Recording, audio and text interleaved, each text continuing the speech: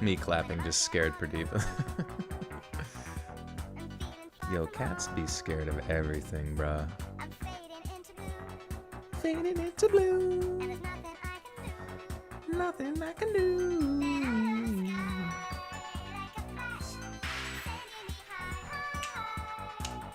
Binging old stories? What timing? What absolute timing? Oh. Hey. What's up, YouTube? Flipsy MC Flipsy here, back with another video.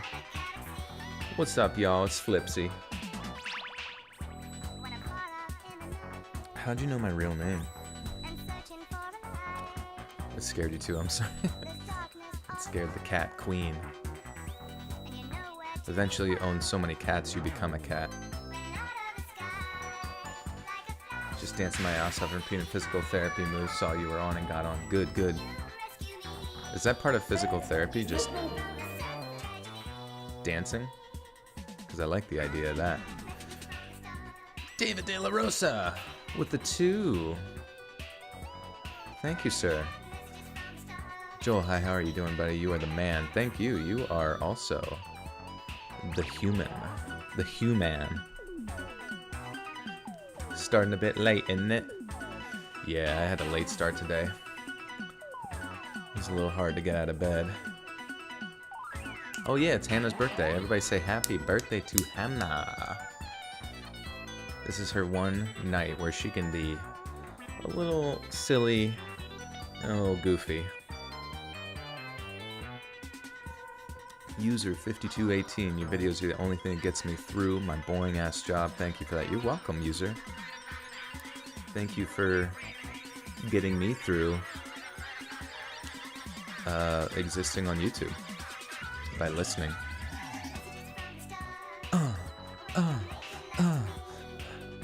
I danced too hard. I just bonked. Danced so hard I had to bonk.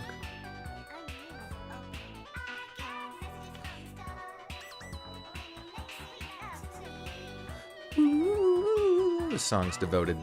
Devoted? Is that what you say? Devoted? No. The song is dedicated. There we go. The song is dedicated to Hannah. She gets messages from the stars. She gets DMs from Jared Leto inviting her to go on tour with 30 Seconds to Mars.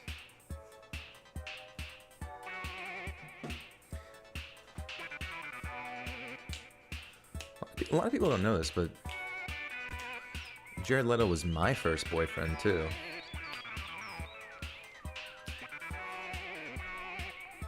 Yeah, Hannah, did you have a good birthday? What did you do to celebrate? Still got any more of that peanut butter whiskey left? Existing on YouTube. Yeah, I'm trying to branch out. A little podcast action. Trying to get on the TikTok train now. Opinions on Motionless in White, if you've listened to them. I've never listened to them before. Perhaps I shall. Mary, you had an interaction with Jared Leto? Interesting. Did he morb?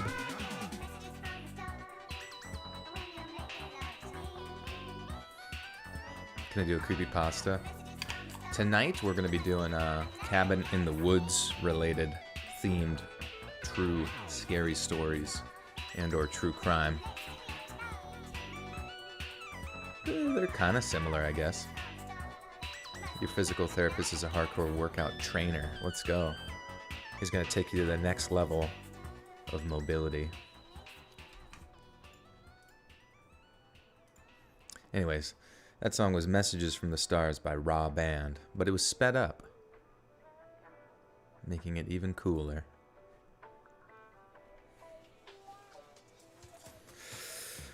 Chick, I adopted my cat from a cat cafe from Omaha, but I've never been to this Denver one. They're amazing. I'm just gonna narrate your guys' whole conversation. Blech.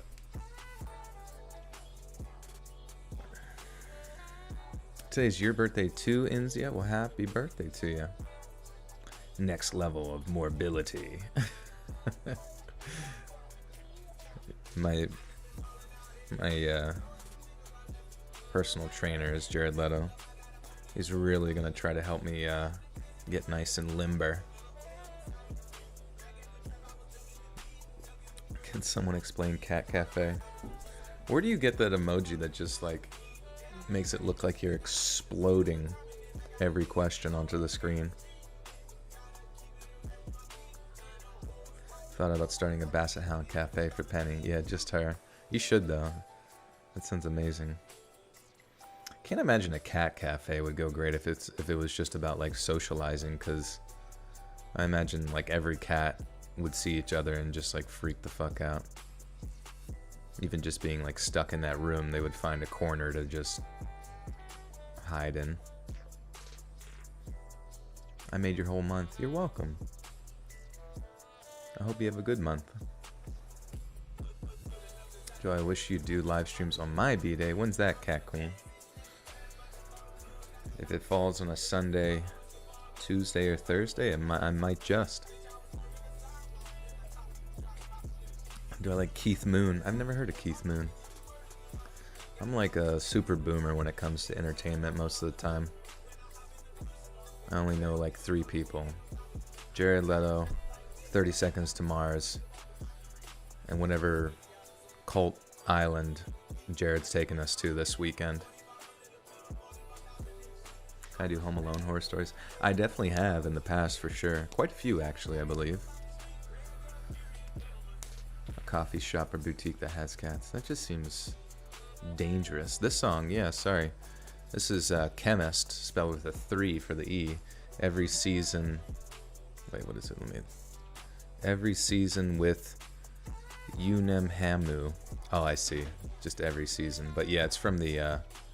playlist Trap Paradise 98 from Smooth Sounds YouTube channel, and this is the first track on the mix. I don't know who Keith Moon. Am I supposed to? I can't know every historical figure in the history of time. Keith Moon was an English drummer from rock band The Who was noted for his unique style of playing and his eccentric, often self-destructive behavior and addiction to drugs and alcohol. Nice. He sounds like a real stand-up fella that I want all of my future kids to look up to. Do I like People Are Strange? I don't think I've heard of it. Man, I just haven't heard of nothing. I've been buried deep under a rock, under the Earth's core, in the subterranean layers.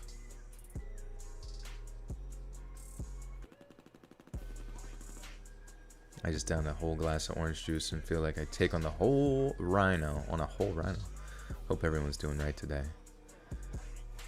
Can you imagine coming across... Imagine if they did running of the rhinos instead of just running of the bulls.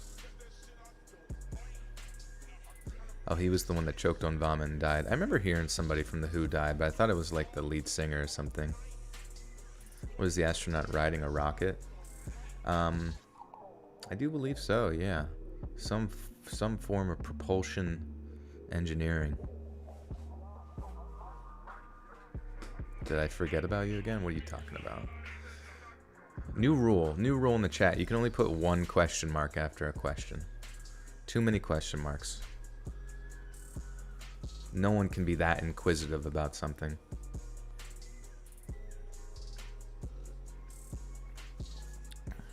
My sister said I'm so good I should get back into it. What are you getting back into? Drumming? Whatever creative thing that you've done and you were good at, just keep doing it. Even, especially if you enjoy it. Just keep going. People are strange when you're a stranger. Faces look ugly when you're alone. Women seem wicked when you're unwanted. I do like that song. It's a good one. I know the bands, but I very seldom am able to pick up specific titles unless I listen to them often. You're a biggest fan? Biggest fan of what, Fernando? Just everything? Fan of life? What the dog doing? Sandra with the 2 says, just want to say I appreciate you and the child. The child is... Oh, there he is. Hi, buddy. He's up on his cat tree. Perched and roached. Oh my gosh, Oxy is here. Oh, speaking of Oxy, what's everyone's favorite cephalopod? KB, welcome back for 5 whole months in the Buttersock cult. This is another month in the Buttersock cult. What an honor it's been. Truly, truly, truly. An honor it is. And we're happy to have you. Breaking new rule update. Only 1 question mark allowed per sentence. Any further question marks shall result in that amount of additional question marks times that many years banned. So if you do more than 1 question mark, you get a year ban. These are the rules. I like them because you can just make them up on the go, and there's no vote, there's no involvement of the people. You just rule with an iron fist. It's so much fun. Arbitrarily making up things that ruin people's good time. I was supposed to go to a friend's concert right now, but I got bronchitis, so instead I'm laying on the floor coughing. I came up here from some Comfort Joel's creamy baritones. My printer is out of baritone toner. My baritone gave me a bone, what's a cephalopod again? Horseshoe crabs? There you go. Finally, someone answered. You have to wake up at 3:45 a.m. for your flight. Oh my god, that's so early. You must have to travel to get to that damn airport. Dude, travel days, in my opinion, are like some of the worst. Because it's like, you most likely didn't get a lot of sleep. And then your immune system is a little bit compromised because of that. And then you're going through like one of the most heavily, trafficked areas ever. With just like people around you, things you have to touch, lack of sleep, stress, all sorts of things are just like at the peak of what's going to make you sicky. So true, Dolly. Trilobites are the best. Yo, for real. What about troglodytes? I miss fighting the sex bots, and I miss helping you rule over the Buttersock cult. Jacob? I thought you were taking a month off. What? Are you sending an emissary or some sort of representative to speak for you right now? David with the 2 says Sadness was an awesome movie. Oh, nice, yeah. I'm glad you checked it out, David. Thank you, thank you. It's pretty effed up, bro. I'm staying on the stream rather than sleeping. Screw my health, I'll make the flight. Sometimes maybe, yeah, like staying up. Just, well, I don't know. I don't want to encourage anything that's not the absolute bestest. What about Chrome Magnums? Yo, for real though, what about them? I keep that Chrome Magnus on me at all times. Christina M with the 10. Thank you, Christina. Jacob Bowling surrogate, true. Thank you, Christina. A month is 3 days in the Jacob verse, yes. Time is different in the world of Yakub.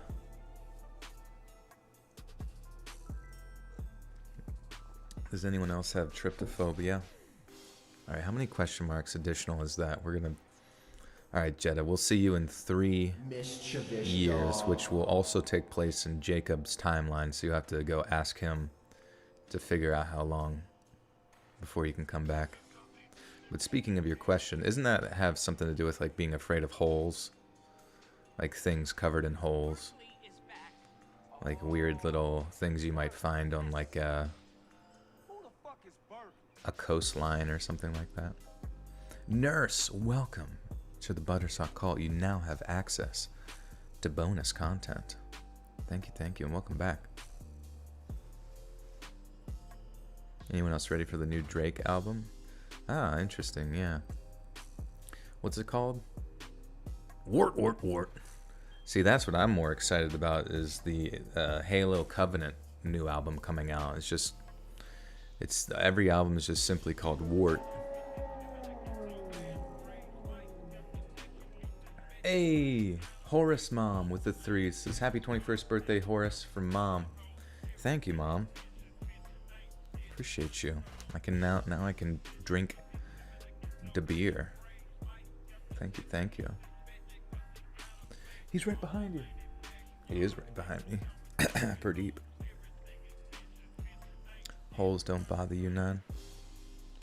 Yeah, I don't know. I think it's very similar to, if you've ever looked at the Junji Ito mangas and stuff like that. They have a lot of random like holes and like hole-like imagery. I never really understood it. Tanita with the 2. I wonder why phobia is so common. It's odd to me. What evolutionary advantage is being scared of holes? You know what's really weird though is like, since I'm posting more on TikTok now with the Ask Reddit stories, which if you haven't followed me on there, go follow me. Let's read _podcast. Let's read _podcast. Sucks not having like consistent names on social media, but it is what it is.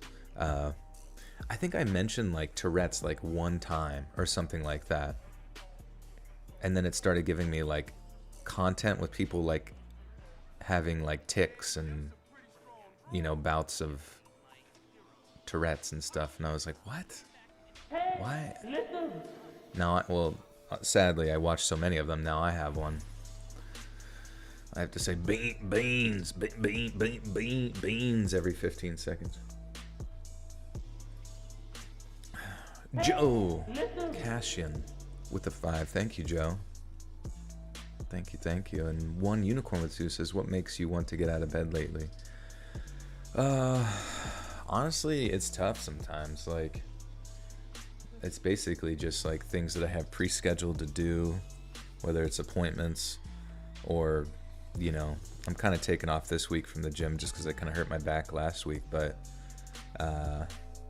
you know, not having that motivation to just get up and go sometimes I think that's difficult. Yeah, like not having like some big motivation to just really rock and roll is tough. Like, and honestly, if I didn't have stuff like this, or it's just tough because it's like, you know, you want to sleep and you want to get up.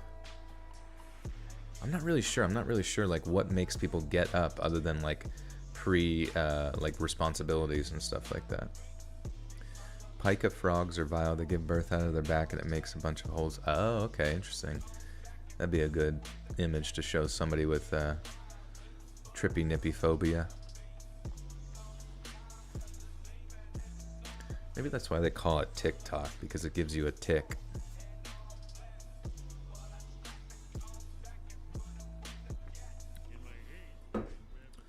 It's kind of cool that he has Zelda stuff in the background playing Breath of the Wild. Nice. Oh, I had like a powder in my tea. Did you ever get to the bottom of like some drink that you have a powder mixture in and it just like fucks? It just like fucks your throat up. I miss sleeping in. My baby wakes up bright and early every day. Yeah, I feel like that would be a good motivator. I almost feel like parents like get so little sleep to the point that would really affect your immune system. Because it's just like crazy how much better you feel whenever you just get that full sleep. You don't wake up with like sniffles. You don't wake up with just a feeling of general shit. TikTok. Yeah, that's the side of TikTok that I want to be on, but they won't let me. Alright, friends. Switch over to our spooky reading screen. Once again, that's Trappin' in Paradise 98 over on the Smooth Sounds YouTube channel. Go check it out if you ever need some beats. And support the artists, of course. But we're kicking it off here. We got, I believe, 5 cabin in the woods stories for you, of varying lengths and degrees. Wait, what do we ha-ha-ha-han about? What did I say that was funny? I don't even remember.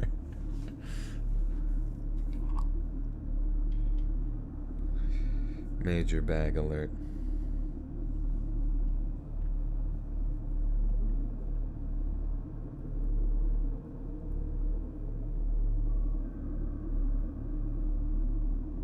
I'm so excited. Omori comes out at midnight. Horror games with horror stories. The stars have aligned. Oh, nice. Yeah, I did see my buddy That Creepy Reading. He did a video, I think, related to disturbing video games and stuff, and I think Omori was in there. I'm not super familiar with it, but I should play it.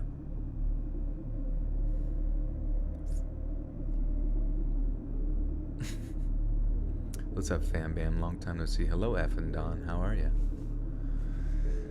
Hope everyone's feeling good. Like I said, click like, click share, whatever you want to do. What it do, what it does. What's good, my cuz?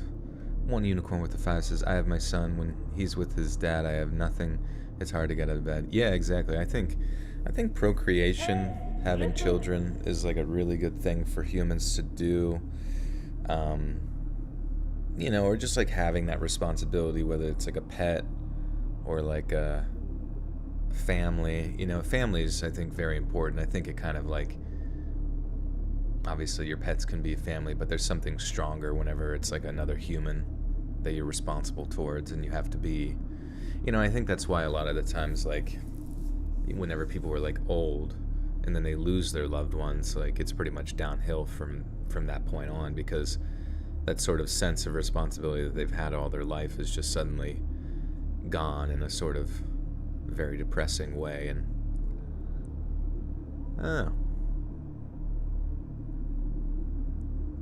do you live a lot? Do I live alive? Do I live a live? Do you like the Beatles? Yeah, I like some Beatles songs. Faux show. I'm not like obsessed with them way that like, I knew this one kid in high school who like had a metal band, and he just like had a whole wall devoted to like you know, like worshiping the Beatles. Now granted, I'm sure the Beatles like, you know, created a foundation within rock music that cannot be overlooked. But Nightmare, Blunt Rotation, Lisa Simpson, Winston Monkey, and SCP-466. Don't even put those thoughts in my head. Winston would just eat the blunt, probably. Ooh, banana. Joel is the greatest narrator alive today. The Butterstalk Cult is his empire. I have recovered to 50%, so I have halfway through the recovery process. Joel, I'll see you. All right. Looking forward to it, Jacob. Thank you. Joel lives in my dumb waiter, but I'll let him out to record. Thank you, Megan. That's very kind.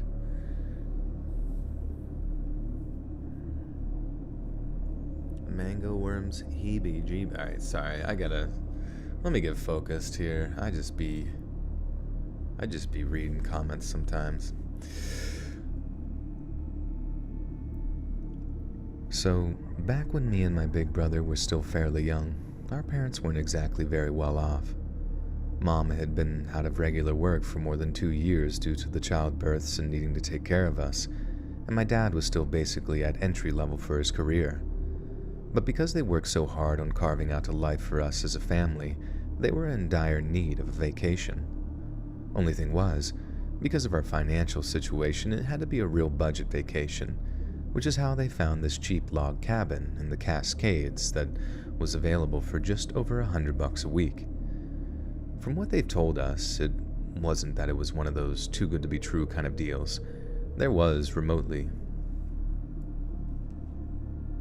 You'll just be spitting. I just be spitting on every dry thing I see. If I see a leaf that's fallen off a tree around fall time, cover it in moisture. It turns back into a nice green leaf and it flies back up into the tree, ready to collect sunlight. Wait, so what the fuck are the Cascades? Is that a place? I'm looking it up. Cascade Range. The Cascade Range, or Cascades, is a major mountain range of western North America extending from South British Columbia through Washington and Oregon and northern California. It includes both non-volcanic mountains such as the North Cascades and the notable volcanoes known as the High Cascades. That's cool. It's so cool that there's just like mountains and shit that you can climb. Hey everybody, there's like mountains and shit. There was a remotely. Okay. From what they've told us, it wasn't like it was one of those too good to be true kind of deals. There was remotely. Okay, I have to figure out what they meant by this sentence. What did they mean? Okay, basically the sentence says, there was remotely suspicious about a place so rough around the edges. But I'm confused based on the previous context. From what they've told us, it wasn't like it was one of those too good to be true kind of deals. There was remotely suspicious. What the fuck is this saying? There was remotely suspicious about a place so rough around the edges.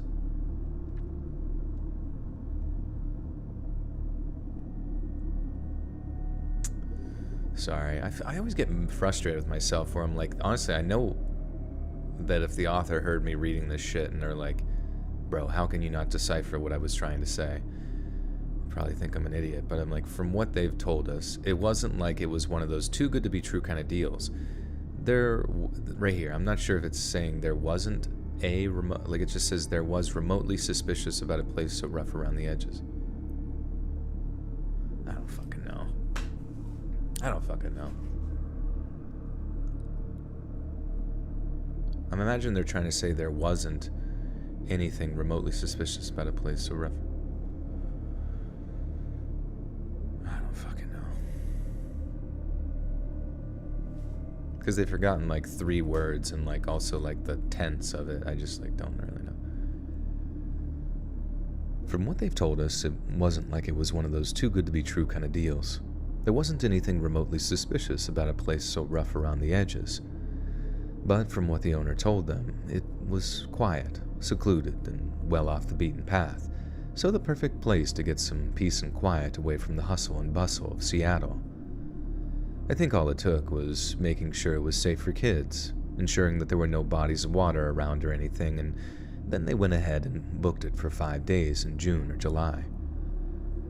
I was really into animals and nature stuff back then, still am really, and my brother was a pretty chill kid, so they could have taken him anywhere and he'd have found something to keep himself occupied. So when we arrived out at the cabin, we were both pretty excited with our new surroundings, even if it meant that we had to share a bed in a small, rustic-looking one-room cabin. We didn't care if it was too small or if it was in the middle of nowhere. It was like a real adventure to us at that age. Being so immersed in nature was something I found really exciting. The first day, we arrived in the early afternoon, and I remember running around the cabin with my mom before she took me and my brother out to explore the surrounding area. We had a small dinner that my dad cooked on the stove with groceries we'd bought, and then we ended up playing board games until it was time for bed.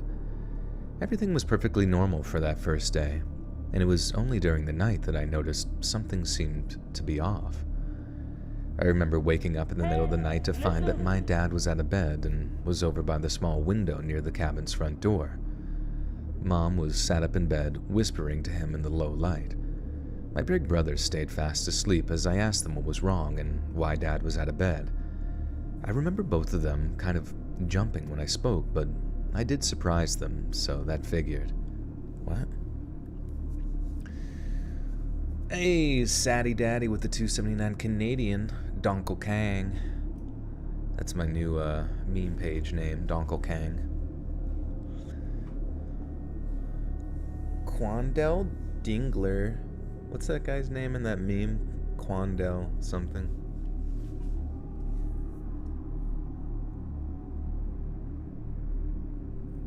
It's Donkle Kang in the city.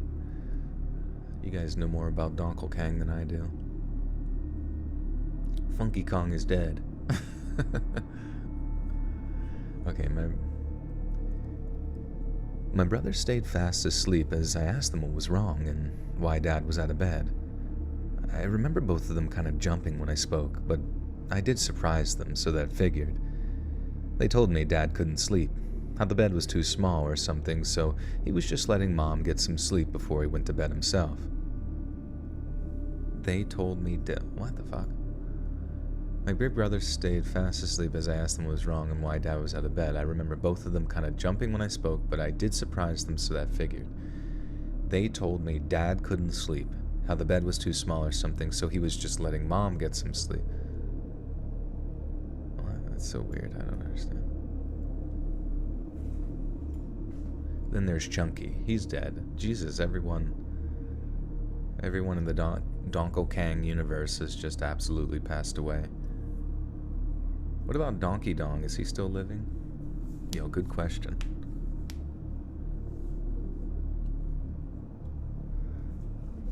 Saddy Daddy's Kinklebong.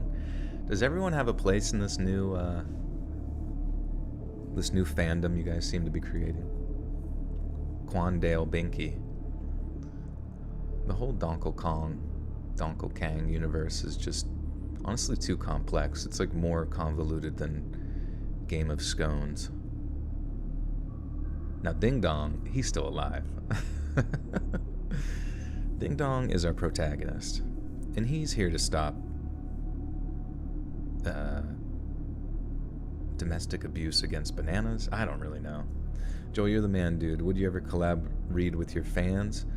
I mean, it just depends on like the quality of like the individual's story narration capabilities, you know what I mean? It's a lot easier to collaborate with like other creators because you can just go to their page and be like, oh, what do they sound like? Oh, okay. What's the quality like? You know, oh, okay. And then, you know, you can make that decision there. But to just like like sometimes people get mad whenever I have like other creators on the channel, and so to have like a fan on where I don't really know like what their sort of creative output is like, it's just not a risk I'm worth gonna take. But well, here's an idea. If you do want to collab at some point, just create a channel and all right, Lindsay, that's 1, 2, 3, 4. That's 4 extra question marks in addition to the exclamation marks, which is like an exponential silencing. So we'll say you're banned for 300 years for that question. All right, but did I say chunky, Joel? I said chunky. I said the word chunky, such as chunky peanut butter, which cures all ailments and diseases. What you want for Xmas? What's Xmas? Is that like the Bizarro World version of Christmas? Too many loud questions. Yeah, I can hear them. You guys don't realize when I read a question, it amplifies how loud it is in my head when you put more question marks and exclamation points. So it's like, my head. Oh, my head. You're so loud. Shut up. Ow. Oh, ow. Ooh, ooh, ooh. Owie. Owie. Stop asking them. Okay. They told me Dad couldn't sleep. How the bed was too small or something, so he was just letting Mom get some sleep before he went to bed himself. I do remember thinking that was kind of weird, as the bed looked big enough for me. But at that age, kids just kind of take their parents' word over stuff like that, don't they?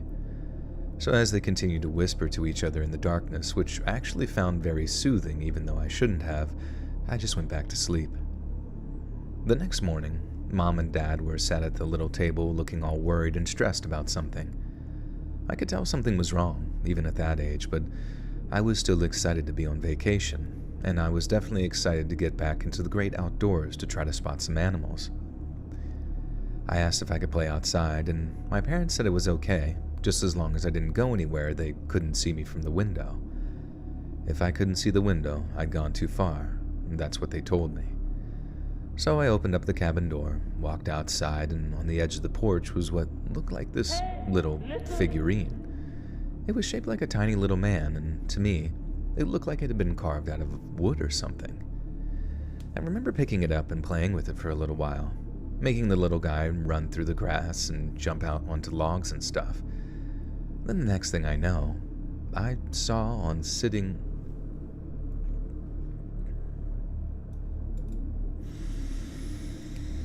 Be-ba-ba-ba-ba. One Unicorn with the 5 says, are you still pursuing voice acting? Contact Christopher Sabat and Rob Paulson. Yeah, I mean, yeah, definitely. I got my second voice acting class tomorrow. What is it? Christopher Sabat. Christopher Sabat and Rob Paulson. Now, I must say also, like, I don't know who these people are, and if you could clarify who they are, because, you know, if they're just like voice actors, like me just like DMing them to be like, hey, can I be in anime, you know, is not something that's going to necessarily make any sense. So, if you just want to clarify who those human beings are. His name was Robert Paulson. Yes, true. I thought that too. I was like, where are we going with this? Is it a fight club? Do I have to like fight to have a chance to be Animu?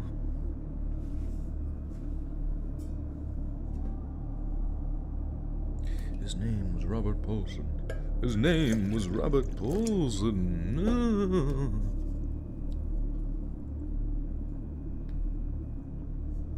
Submarine bong bong bong. I forgot this was live. Me getting into the story, and the narrator starts scatting.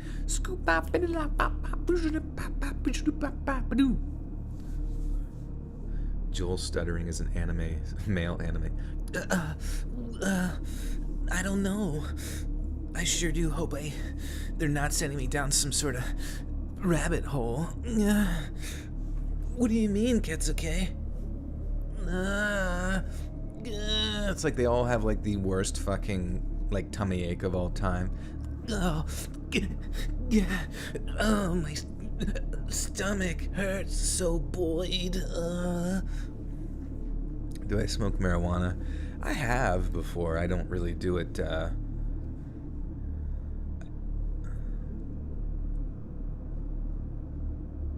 I scab it? Can I yodel?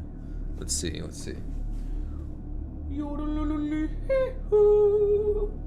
Yep. It's actually one of the best things I've ever done ever. Christopher Sabat was Vegeta's first voice actor. Okay. I see, that's what I'm saying. Like, I can't just like, hey, Vegeta. Hey, Vegeta. Kakarot. Vegeta. I mean, maybe you can just contact them and they're just like, they like rub their eyes and we're like, what's this? A DM request from Let's Read? Ah, okay. Oh, he says here he wants to be a voice actor. He should have asked sooner.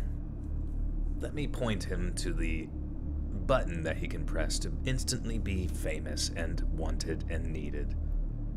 Joel's high off of life. A little bit. If life is the street name for cocaine, then yep. Chris Sabat is an executive producer and sound director at Funimation. Right, but you understand that, like, when communicating with people, like, say you wanted to get a job at Tesla, you know what I mean? You're not just gonna like DM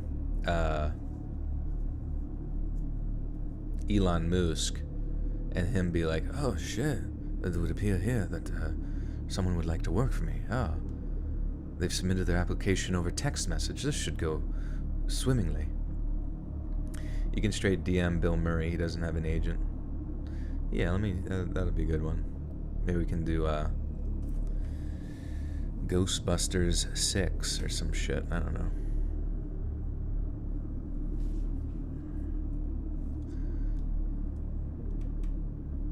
You should do a calendar to become famous. What calendar? What do you mean? Can you DM on YouTube? Is that a thing? No, I don't think. I think YouTube used to have. When I first started, you could message people on YouTube. And I would like to get collaborations and shit. I would do that, but nobody ever responded, I don't think.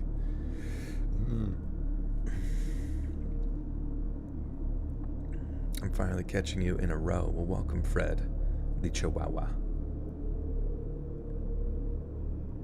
Bill Murray has a dedicated phone number for randos. Oh, nice, nice. That's smart.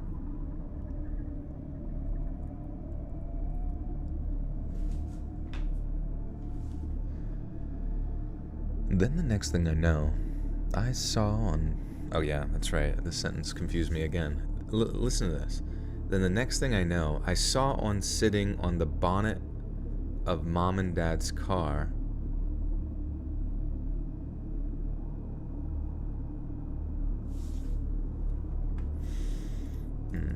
I think that's...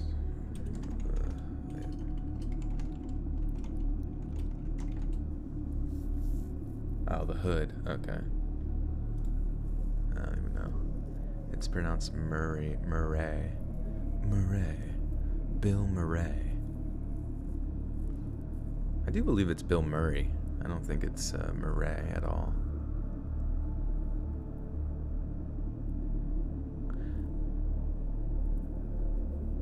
Had channel comments and friends. Oh yeah, they used to be a little bit more socially media oriented.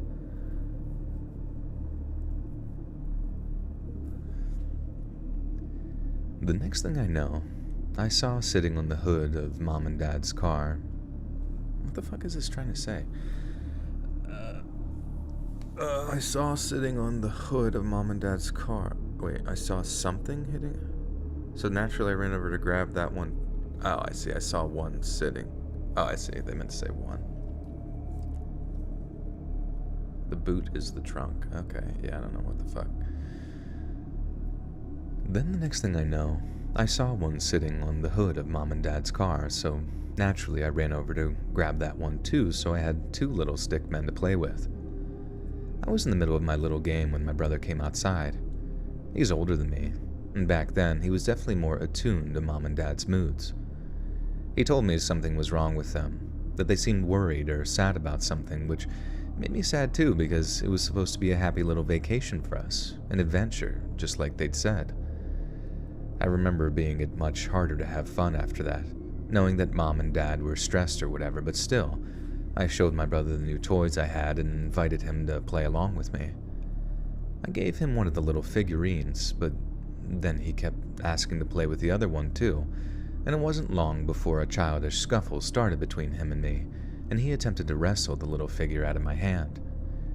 It didn't take long before I started to cry, and that then prompted our Mom and Dad to come running out of the cabin at the sound of my cries. I don't remember them running out with any particular urgency, but years later they told us that the sound absolutely terrified them, especially in light of what had happened the night before. They asked what we were fighting over, and that's how they discovered that the little white figures that we've been playing with. Whoops.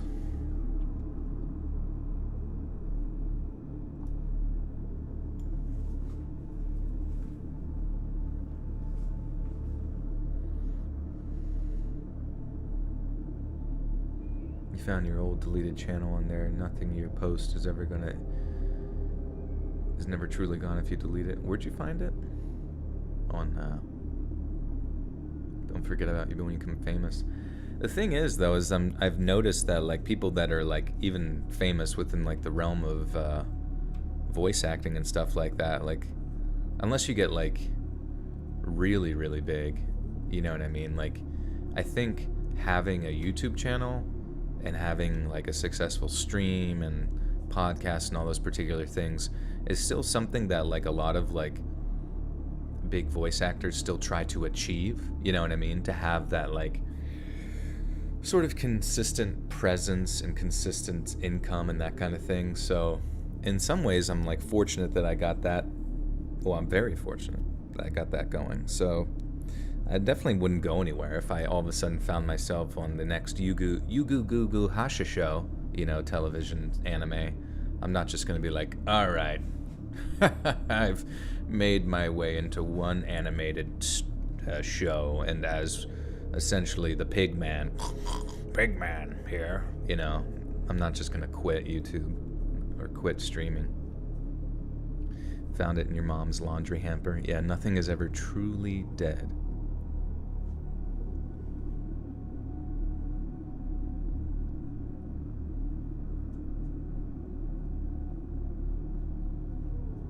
Prickly Cats, what was your old YouTube channel? What did you do on there? You don't have to say if you don't want to, it's whatever.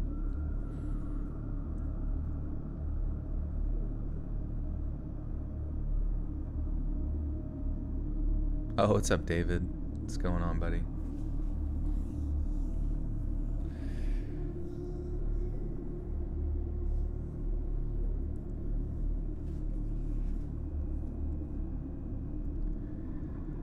They asked what we were fighting over, and that's how they discovered the little white figures we'd been playing with. But right when my dad took them from my big brother, he immediately started asking us all frantically, "Where did you get these? Tell me where." He was so angry that my brother started crying too, and just pointed at me while he said that it was me that had found them. I was already upset, but I remember getting even more upset once I realized that we might be in trouble for having played with them. I told Mom and Dad exactly where I'd found them, that they'd just been sitting there and how I hadn't stolen them or taken them from any other kid or anything. It seemed totally harmless to me, just playing with little wood-carved figures. I had no idea that they weren't made of wood at all. Wait, what?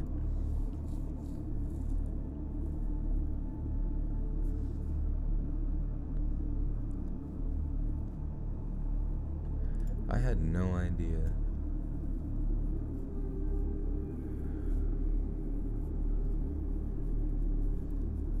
Well, that's the thing with like voice acting, especially like I don't think, jobs, you know what I mean? I don't think like jobs within voice acting just come at you all the time, you know what I mean? So it's like within the realm of entertainment, I think a lot of entertainers need to open themselves up to a wide variety of avenues to make revenue with whatever talents they're trying to present or whatever. Hey, what's up, Linz?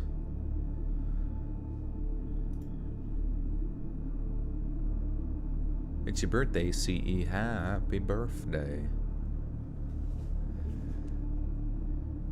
It seemed totally harmless to me, just playing with little wooden fucking Jesus Christ. It seemed totally harmless to me, just playing with little wood-carved figures. I had no idea that they weren't made of wood at all. The next thing I remember, Mom and Dad had rushed us back into the cabin, then weirdly changed their approach as they reassured us that we weren't in any trouble, that we hadn't done anything wrong, and that they weren't mad at us at all. Mom proceeded to comfort me and my brother, but then I noticed how Dad was packing all of our stuff back into our suitcases at like 100 miles an hour. He was the same way, making sure to put on a brave face as he got us ready to get out of there. And then they both explained that they had to take us home early because Dad needed to go back to work on something. I can't remember the exact excuse, but they promised us that it wasn't because we'd misbehaved or anything, and we could carry on playing in the backyard when we got home. I asked if we could take the little figures home with us, and both of them almost snapped at me when they said no right at the same time. Again, I associated this with me having done something wrong, as the whole episode seemed to be centered around the two white carvings. Within maybe 10 or 15 minutes, I'm not sure, but I know it was fast, we were back in the car and driving back to Seattle again, with this real tense mood in the car as we drove. It was still pretty tense for the rest of the day, but then the next, Mom took us out into the small backyard that we had and told us that we could have our very own little nature play session right there. It was only a small backyard, but we still had fun watching for birds, and we were in the suburbs at the time, so just seeing the odd squirrel made me and my brother so excited. Then we had a little picnic, ran around the grass in the sun, and within a day, all the trouble back at the cabin was forgotten about me. Hey, Baby Zoe with the 3 Aussie bucks says sending love from Western Australia. Thank you, Baby Zoe. Appreciate that. Thank you, thank you. Chris says he loves farting. Yo, we have something in common. One of my favorite pastimes.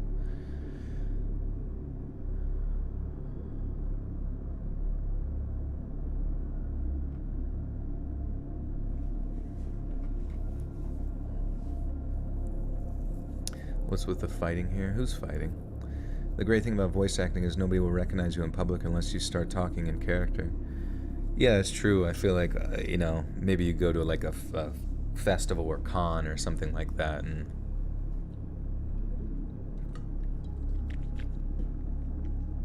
only the most devoted fans will show up there.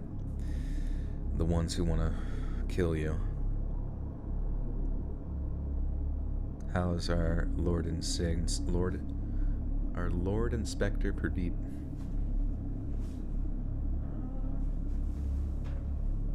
Oh, he's doing good. He's over there having a lay, farting or fighting. I don't know. Sometimes when you fight, you start to fart too, because you can't control it. Bart Simpson is voiced by a woman. Yes, this is true. What's her name? I watched a thing with her. Bart Simpson, voice actress. Nancy Cartwright. Yeah, she's awesome. Super nice lady.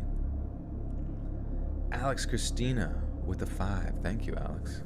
No message, but if you do have one. Would you be willing to give up your anonymity for voice acting? I would communicate with whoever I'd be working with to see the best way to go about that while maintaining a level of anonymity.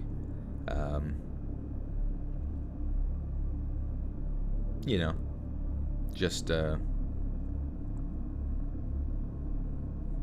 see how it goes, maybe some sort of... That's what I was thinking, like Joel Reeds. I feel like Joel Reeds would be like a pretty nice stage name, pretty easy to say, pretty easy to remember. Crystal Restaurants? What are those?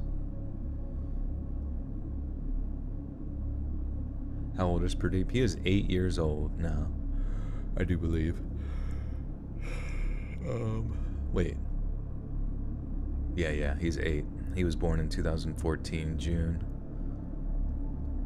Rest in peace, Robin Williams. Why is today Robin Williams' anniversary or something like that of his death?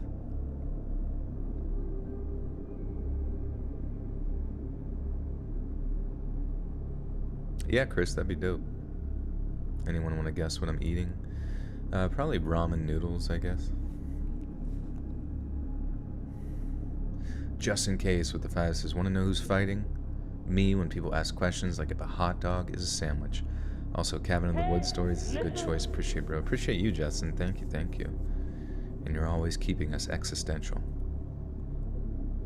Robin Williams is a huge Hyrule Fantasy fan that even named his daughter Zelda. Yeah.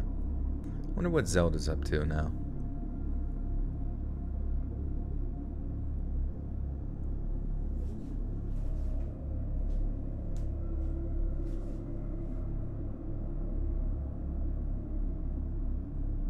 Tarot reading channel. Yeah, I don't really know how to do that. Do I have to be like a magical witch to do tarot cards? Then we had a little picnic, ran through the grass in the sun, and within a day, all the trouble back at the cabin was forgotten. God damn it. Then we had a little picnic, ran around the grass in the sun, and within a day, all the trouble back at the cabin was forgotten about among me and my brother. So, cut to like 20 years later. It's during the holiday, and me and my brother had come home to have Christmas dinner. We're sitting around reminiscing in the TV room, talking about this and that, when my brother suddenly brings up the aborted cabin vacation from when we were kids. He hadn't forgotten about the 2 little figures, but he wasn't entirely sure if I had stolen them or not, or why Mom and Dad seemed to get so weirdly mad about me finding and playing with them. Mom and Dad gave each other this look as if to say, "Here goes." Then I remembered Dad being like, "Shall you tell them, or shall I?" Mom just shook her head and covered her face with her hands like she couldn't hear. Whoops.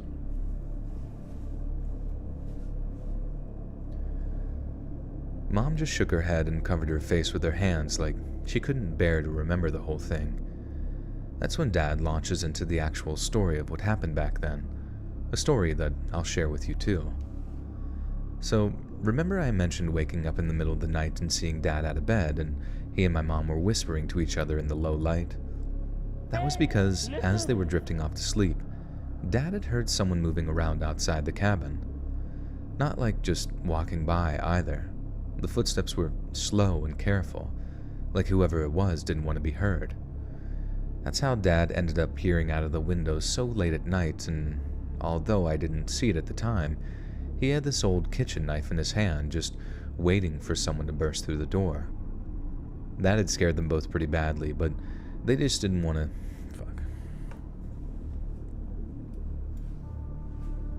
Prickly Cats with the 5 Canadian says, a hamburger is a sandwich, a hot dog is a wrap. Oh my god. This is just expanding our minds even further down the rabbit hole of Earth's oldest questions. Believes in Unicorn with 5 says, Pradeep's Mysteries. It's a perfect name for your true crime channel. That's true. That is a very good point. That would be a good idea, honestly. Like, just oriented all around, like, Pradeep being the one that is figuring it out. Even though it's not like you're really figuring something out, but he could be, like, some degree of, like, the Avatar or something. Beth Lamont. It's officially your birthday. Nice. We got, like, 4 birthdays today. Hannah and the gang. And the birthday gang. Everybody was all conceived... What's 3 months? Back in, like, October or something on Halloween night. Let's inspect.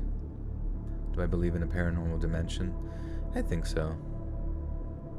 Your dog passed away? I'm sorry to hear that, friend. What came first, the chicken or the hamburger?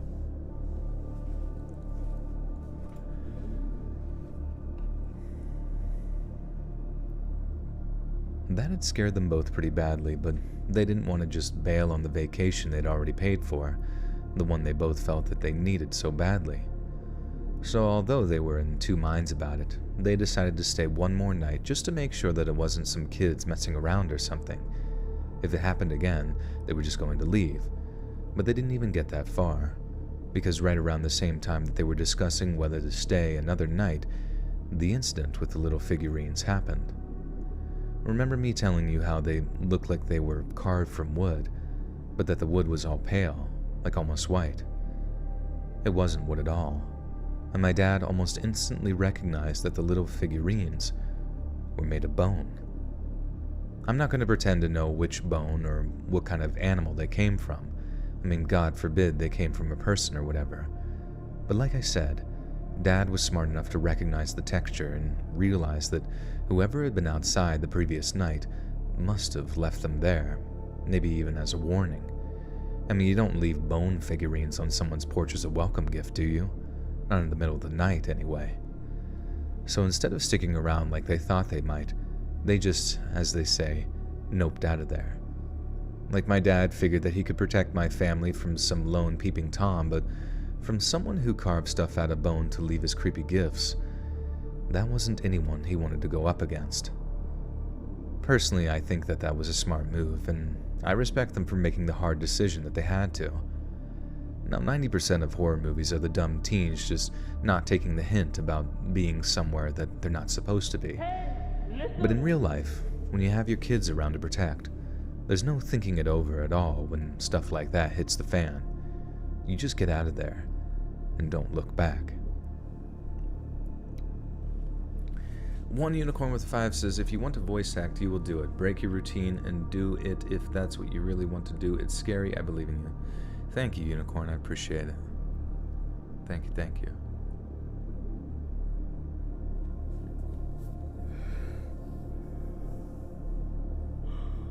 How do y'all even get into voice acting? That's the question. That's the $1 million question. Everybody I've talked to thus far has been just like some degree of like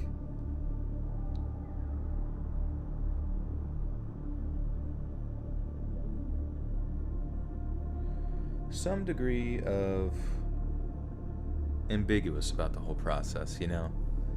Like, it almost seems like every one of the ones in like the professional realm that I've spoken to has mentioned about how their circumstances seemed to be rather unique in the manner in which they networked with the appropriate people to get them in positions that like were beneficial to having a voice acting job or having an agent and that kind of thing. And I presume that as long as I just continue to operate within that circle or try to do things that, you know, either advance my acting capabilities or something like that, eventually something will happen. Green Beret or Ranger Does anyone know a Green Beret or Ranger qualified soldier? I had a friend, we weren't super close, but I remember he was part of the Green Beret or Ranger program. I forget which one, but I just remember hearing from friends that he went on to do that, so I just thought that was interesting. He's done with it now, but I don't know.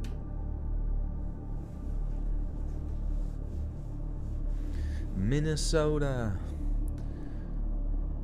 Unicorn with the 2 says, I'll find a way. Life finds a way. BTS Army, what's going on? I bet you were sad to hear that BTS is currently going in different directions so they can pursue their solo careers. I know I was devastated.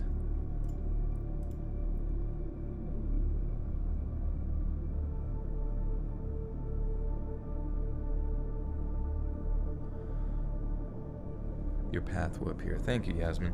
Yeah, I mean, I'm not too worried about it. I just gotta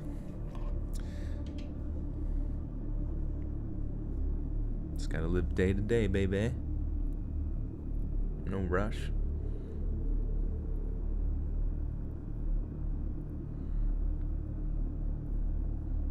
He went to learn a language you never heard of. You never seen him since. Interesting. Yeah, BTS. Do I believe in God? Yeah, I think so. I do believe so. That there's something beyond our comprehension working around us. I always get really annoyed with I understand why like organized religion can upset people because they have bad experiences in it, or they feel like persecuted by certain people, certain groups, and that kind of thing.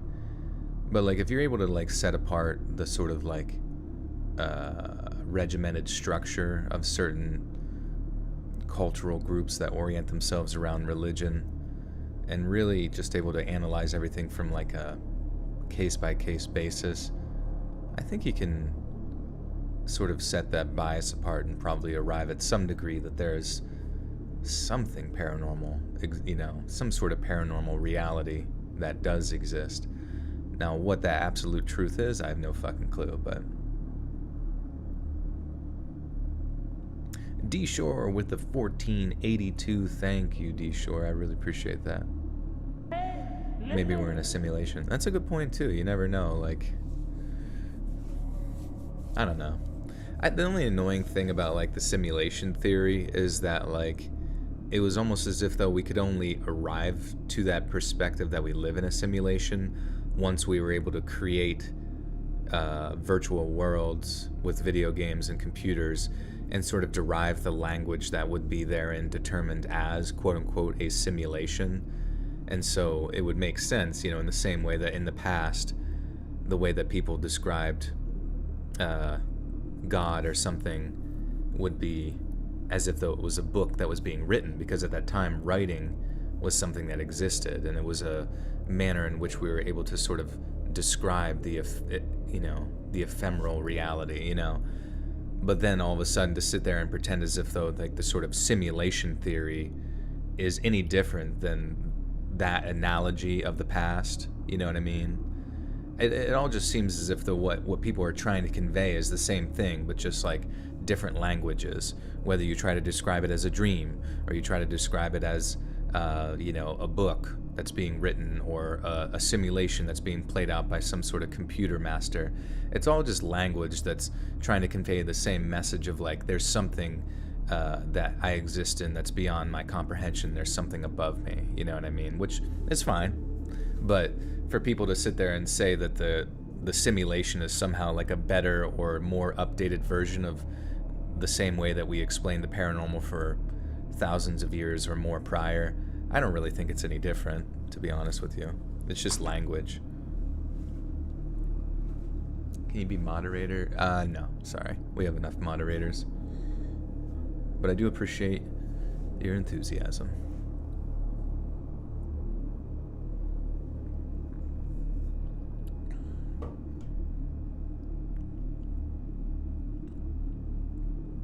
SJ Kurz with his saver has seen something you can't explain. Sorry, I drank from that tea thing again. There's still like dust in it.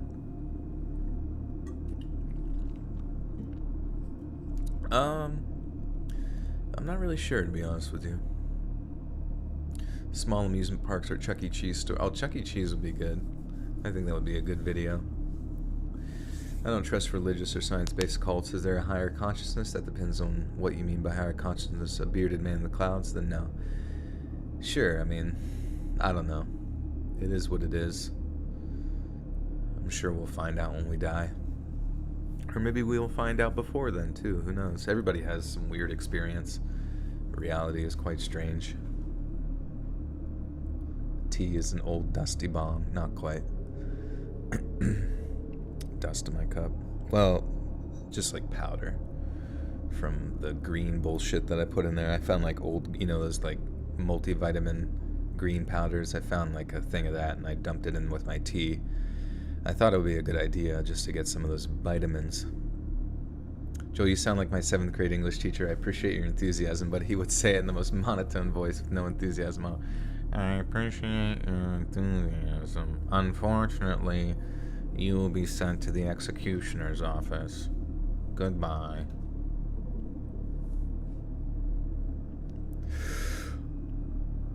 So, I play amateur football here in Montana, and I played for a couple of different teams now, but this one game I played back in 2014 ended really, really badly for me. I ended up getting my bell rung, which was bad enough, but when I woke up and tried to move, that I can only describe.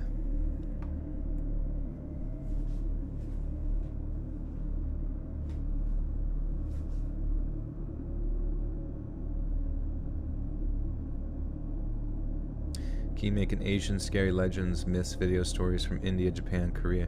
I think I've done some like paranormal stuff from Singapore specifically. Or maybe, I don't know where it was. I think I've done paranormal stuff. Yokai. What's yokai stories? Is that a Japanese spirit? I think I recognize that name. Yokai.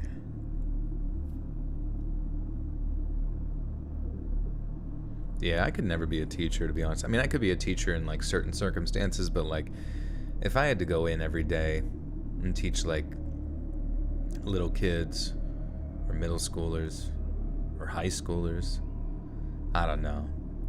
I don't think I could do it, especially as, I mean, maybe like little kids, like elementary, because they would be funny and say funny shit. But I feel like by the time you get to middle school and high school, that's like when like kids start going wild. And they know how to like dig into your psyche and make you feel like absolute shit. And I don't think I could handle that. I would go insane.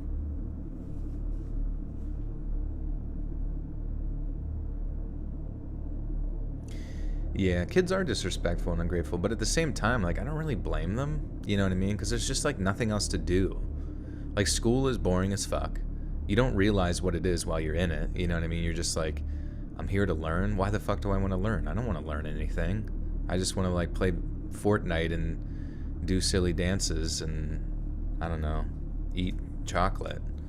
So I don't really blame them for being bad, because like in many ways, like you're constantly like almost being held down by chains all the time as a kid. You're just being held down, told that you have to operate within this like really regimented system that doesn't stimulate your mind at all. Hence why you love watching 5-second clips on TikTok, you know what I mean? That tends to just make it worse anyways, but it's not to say that school is somehow like going to fix you. And I kind of understand why kids like lash out and go nuts, you know what I mean? Well, not to go nuts, but just like every day you show up and you say something mean about somebody, or every day you show up and like you act like a jerk for your teacher, like it's definitively like a cry for attention. Like you just want entertainment, you want attention on yourself, you want people to think you're funny, you want to seem cool. I don't know, it's just fuck school. School sucks, man. Doesn't mean you shouldn't try, because it's unfortunately the one aspect about like societal structure that you have to have like a degree of success in, otherwise you're just like, you know, not going to be set up for your percentage of like success later on in like whatever college system you get thrown into or whatever is still going to be difficult. I mean, there's a lot of options in life, don't get me wrong. I don't know. It's such a weird concept, honestly, and it's relatively new for the most part. Play Minecraft and explore the woods. Yeah. God, dude.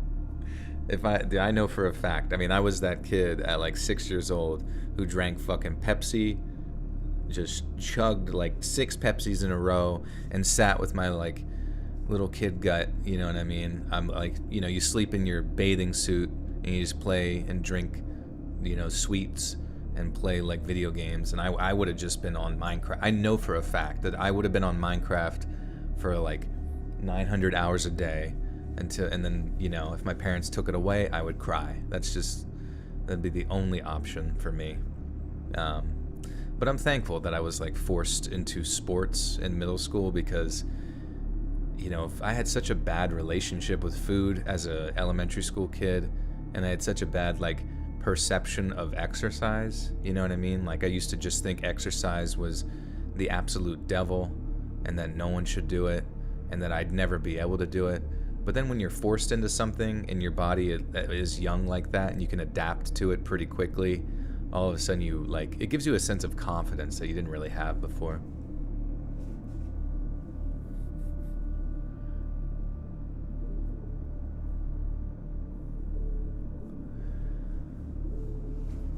Anyways, I don't even know what the fuck I'm talking about. I'm just saying stupid shit.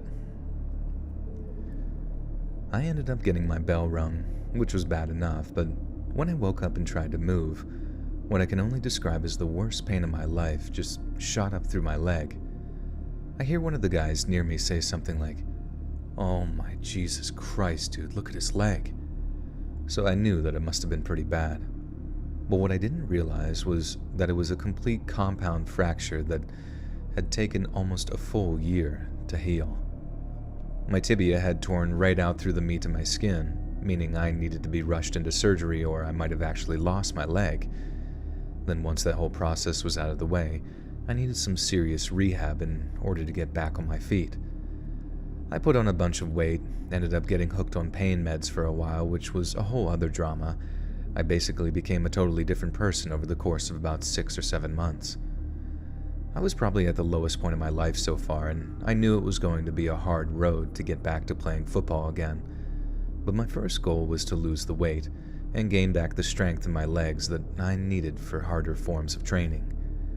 Trouble was, I felt seriously embarrassed getting back in the gym, which I know is kind of a dumb issue that was completely in... Whoops. Where did the spider in my bathroom go? I need a shower, but I'm too freaking scored right now. I thought that earlier. I saw one of those centipedes. I have a lot of those in my house, which kind of sucks. And I remember I was like pulling the shower curtain to the side, and one of the centipedes like creepily crawled really fast like around it. I'm like, holy shit. Holy freaking shit. I'm not getting in that shower. I have to call my parents to drive over to my house to kill it. How many stories tonight? How many left? Yes, this is story 2. We got 5. And, yeah, I'm not too sure about the length and girth, but they should be pretty solid.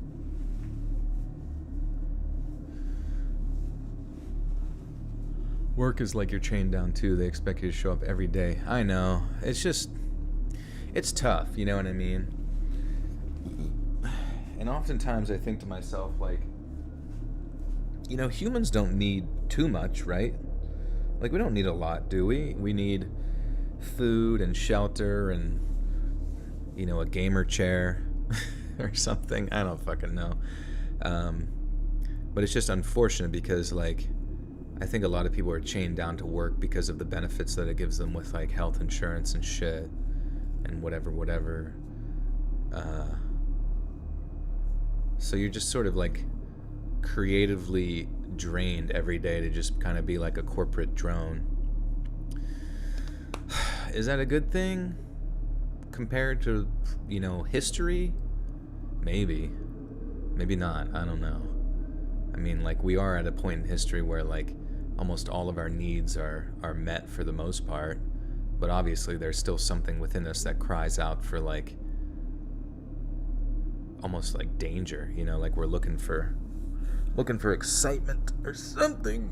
Anything, please. I think that's why people get obsessed with, like, the zombie apocalypse, like, just hoping that, like, they will be forced back into monkey-like circumstances just for the fun of it, just to stimulate their brain ever so slightly. What about human centipedes? Yeah, that's what was crawling around in my shower. I had to swoosh them away. Hey, get out of here! They're just, like, screaming out in pain, with, like, poop coming down the side of their mouth. Oh my god! Get out of here! Flush them down the toilet. Am I doing push-ups? Yeah, I'll do push-ups. Just remind me after the story. We'll bang them out. I think we're at, what, 48 pushy uppies? How many are you guys on? I was told in high school that we have our career and then our life. I didn't truly understand that until a couple years ago. Yeah, I mean, it's weird because it's just like, I don't know, like, obviously you want to do well in school so that you can get accepted into a certain program in college that then will enable you to get a job. Now, the one thing they don't really tell you is that, like, just going into anything in college isn't always going to land you some type of dream job. Like, sometimes you really got to plan it out. You got to, like, sit there and say to yourself, like, if I get this degree, what are my chances or percentages of getting this specific job, So sometimes it's better to almost, like, find something that you think you might like to do and then go talk to a person that does that, potentially, and then ask them what was necessary for them to get to that point, and then maybe you can follow in their footsteps or try something completely different, you know what I mean? It's just, I really dislike the sort of, like, generalized direction of college that they kind of push people down, because most of the time you're going just because you want to fit into society, but you don't really know what you're going for, and then you end up with a bunch of debt, and then you just end up working at some dead-end job anyways, paying off your student loans because you're imprisoned. And I think that's where people go really nuts, is where they kind of feel lied to most of their life. You know what I mean? It's just unfortunate.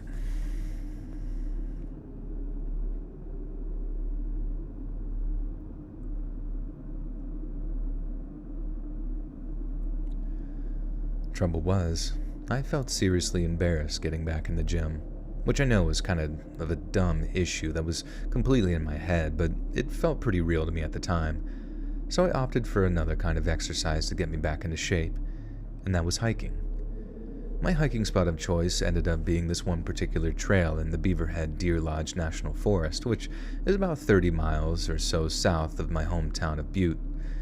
I'd drive down to this little, I'm going to see if that's how you say it, Butte. Butte.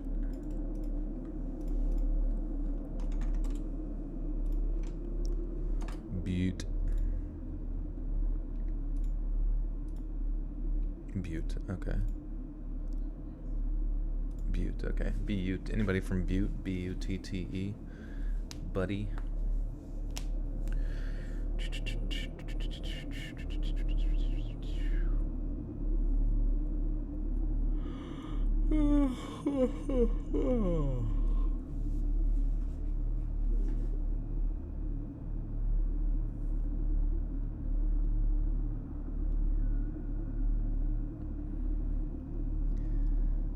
My hiking spot of choice ended up being this one particular trail in the Beaverhead Deer Lodge National Forest, which is about 30 miles or so south of my hometown of Butte.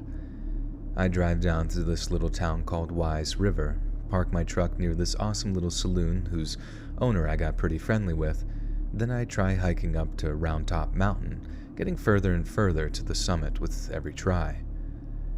Between the buck and change in weight that I'd put on, a buck and change. Holy shit, over 100 pounds? That's crazy. I mean, I guess it's not abnormal, but given the circumstances.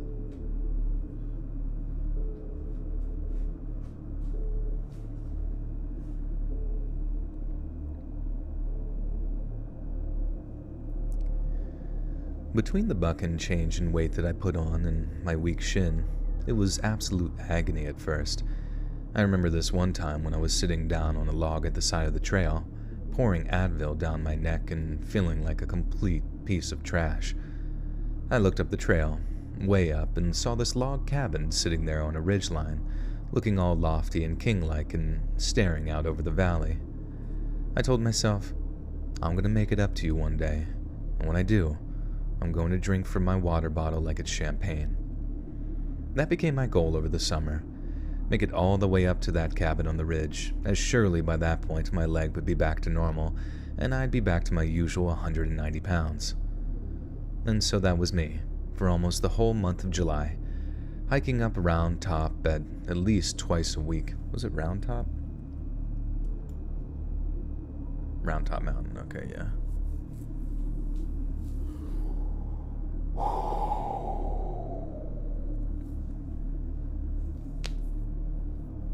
Been having a lot of deja vu lately. I remember this, like, I think his name was like Dimitri Martin. He was like a stand-up comedian, and I remember him saying, like, when a guy tells me he has deja vu, this is my response: I don't care. Now when a girl tells me she has deja vu, wow, that's so interesting, tell me more. I've always thought that, like, every time I have deja vu, I just imagine how insanely pointless it is to tell anybody about deja vu, because it just, like, it sounds cool, and maybe they've had it before too, or had it recently, so you can kind of talk about it, but most of the time it's just like, hey, I had this weird feeling that reminded me of another feeling I had at some other point that was may or may not have been a dream that means nothing. And you're just like, oh, that's super, super interesting, dude.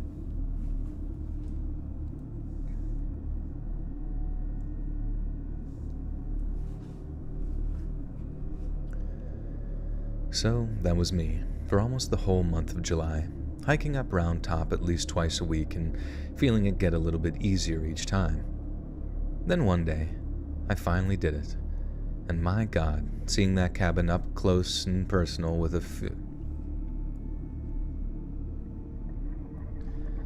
Then one day, I finally did it, and my God, seeing that cabin up close and personal came with a feeling of pure elation. Only thing was, I'd completely sank the contents of my water bottle by the time I'd reached it, and since it'd be at least another hour of a hike back to my truck, I figured that I might as well see if the owners had an outside faucet or something that I could use to fill up my bottle. So I start walking up the trail, then turn off to walk up the path that leads to the cabin. And then as soon as I got within earshot, I can hear someone singing on the inside. That was kind of a relief to know someone was home, and I'd definitely get some water. I wasn't worried about if it'd be...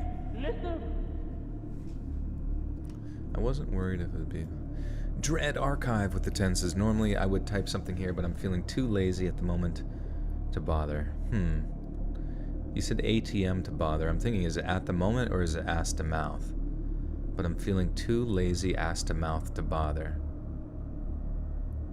Let's see. Is ass to mouth like a, is that like a British saying? Kind of like whenever people say, like, I can't be arsed. You know that one saying from the UKers? I can't be arsed. I can't be ass to mouthed.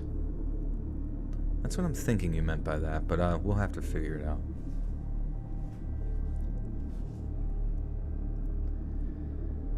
I wasn't worried if I'd be welcome or not, as someone singing that loud to themselves, what sounded like a happy kind of tune, I doubted that they'd be grumpy enough to turn away a stranger asking for water, especially on such a hot summer's day.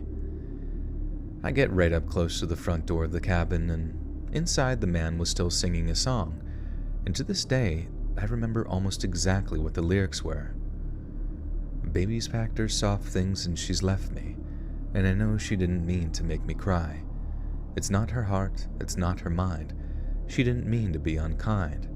She even woke me up to say goodbye. I looked it up later, and it's from a Jerry Lee Lewis song called She Even Woke Me Up to Say Goodbye. Kind of a bright country kind of sound to it, but the lyrics are much sadder than the tune lets on. The way, okay, my bad, the way.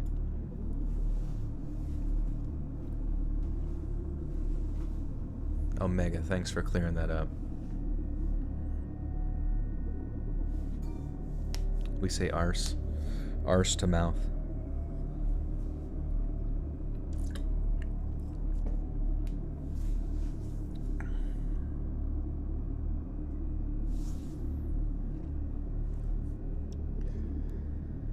The way the guy was singing it all loud and stuff, he was either in sort of a good mood or really drunk, and both would probably lead me to getting a drink of water. Next thing, I'd knock on the guy's door and announce myself, but then he doesn't respond in any way, so I figured that he might have had earbuds or headphones on or something.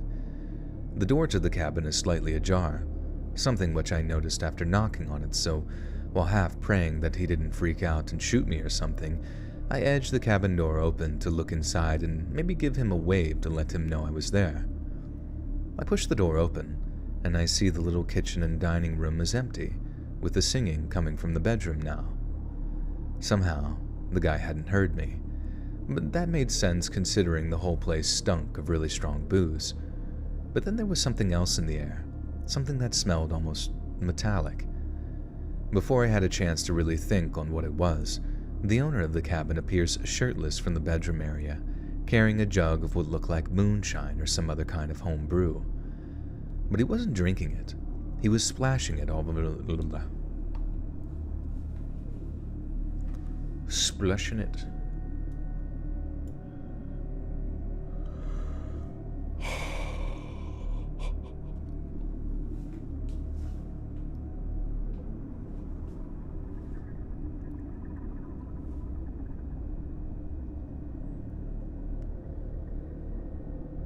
But he wasn't drinking it. He was splashing it all over the floor for some reason. God damn it.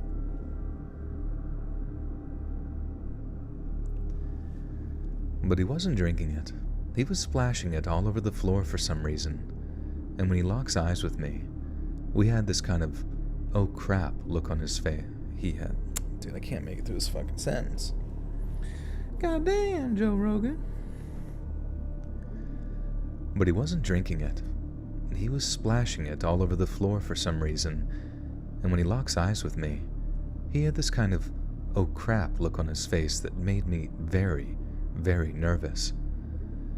Then right as I'm backing out from the open doorway, I see why he looked so frightened about being disturbed. In the corner of the small room, there was a woman sitting slumped on the floor with her back to the wall, and above her is this smear of blood like she just slid down the wall after being stabbed or shot or something. I turned to run, just not really thinking about it, just knowing that I wanted to get out of there. But instead of running the way I came, which would have made for an easy shot should the guy have pulled a gun out or something, I go running through the trees at the side of the house for more cover. Keep in mind, I can't exactly run properly at this stage. My shin is still hollering at me something fierce, so if I had gone off running the way of the trail... The way of the trail...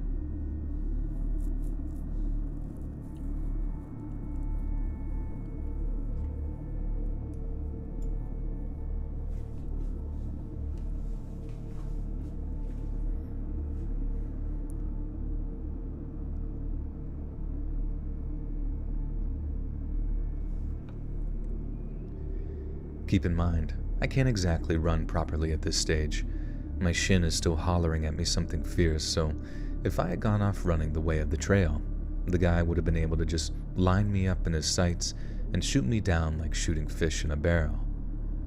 My fears were confirmed when I heard this gunshot go off behind me, and somehow that got rid of the pain in my leg almost instantly. Adrenaline is one heck of a drug, it turns out. I almost went tumbling down the slopes a bunch of times, and I think I just skidded down on my butt for most of it, but I eventually got to a point where I felt like it was safe enough for me to pull out my cell phone to try and call 911. I was able to tell the cops about the body, about the shot that I thought was fired at me, how the guy looked like he was about to burn his place down, so they better get there quick.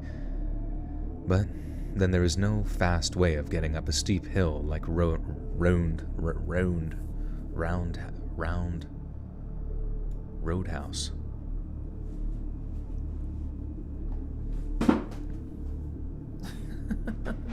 I lifted my leg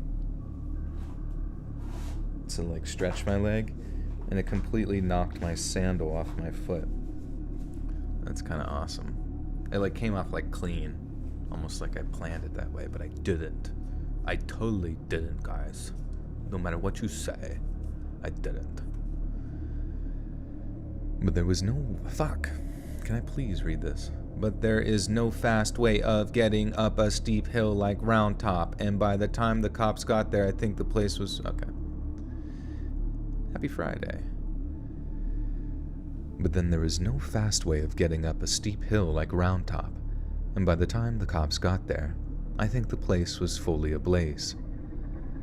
I think that was the case anyways. I mean, I could see the smoke all the way from my car when I hiked back there, and after I drove back home, I only got the full story when the cops came to talk to me about exactly what I'd seen.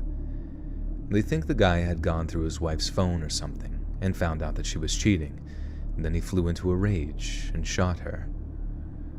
Only what I didn't see was that he'd shot his 2 kids too, and he'd stacked their bodies on the bed before dousing the place in what the cops also believed was some kind of homemade liquor. After that, he didn't come out to take a shot at me. He just walked outside his burning cabin and shot himself in the head. And that was the shot that I heard, the one that made me run like hell. It made for a real open and shut case from what I can tell. Not much to investigate, not many questions to ask, just a whole lot of insaneness that's better left forgotten about, I suppose. But then, what if I can't forget about it? What if every time I look south up at the hills, I think about the way he was just singing to himself after that guy had taken his own kids' lives? I just don't get why he wasn't,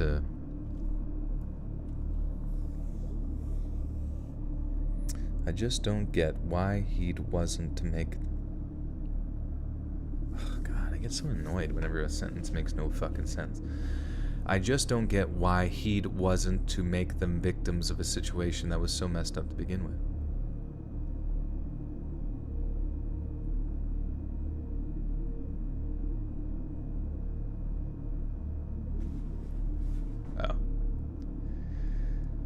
I just don't get why he wanted to make them victims of a situation that was so messed up to begin with.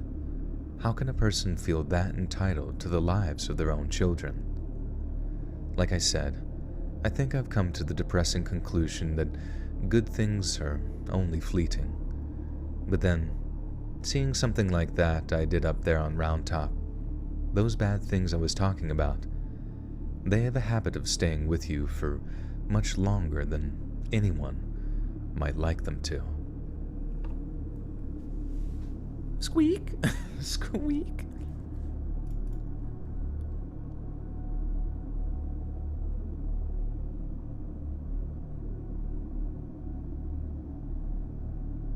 Most accidents in homes happen because of slippers. Thank God I have sandals on. It's different. Accident free.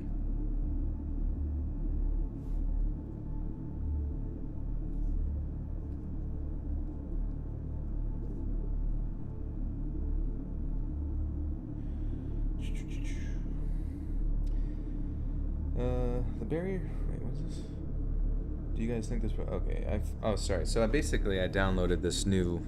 Or I opted into a subscription service for this thing called... Midjourney. It's like an AI image generator. Because I saw that the DALL-E mini one you guys probably seen around the internet, people generating images, is really cool. But I wanted something more, so I saw DALL-E 2, but you have to get accepted into their program. I hope they do accept me, because that would be amazing, because some of the stuff they make is crazy. But I was able to. I also saw another person on here, Umami. If you remember Umami, he got accepted into the program for what I just said at Midjourney, and then I did actually subscribe to their thing. But then I asked them if they thought that their results would be as good as the DALL-E 1. They said, I find the different strengths and weaknesses of Midjourney and DALL-E really interesting. DALL-E seems to do really well with variations of known subjects. It's like a Photoshop generator. Midjourney does a lot better with unknown subjects, especially landscapes and locations. It does amazing concept art. Personally, I find Midjourney do a lot more interesting, although DALL-E is good for jokes and shitposts. Interesting. Oh, wow. Yeah, some of the stuff, I don't know. I mean, I did, oh wow, this one's nuts. Someone did a cyberpunk Peter Griffin, and it's fucking awesome. Anyways. I need to get the grippy socks, yeah. I need to go to the nut house first, and then I'll get some. JK. Jesus Christ. But then there's no fast way of getting up the, okay. Do I need my diaper changed? Pretty much every second of every day, I'm just endlessly flowing fecal matter into my pantos. Round top. Wait, okay. Every fall. Okay, yeah. Are you wearing socks too? Currently, no. I'm sockless with thong sandals.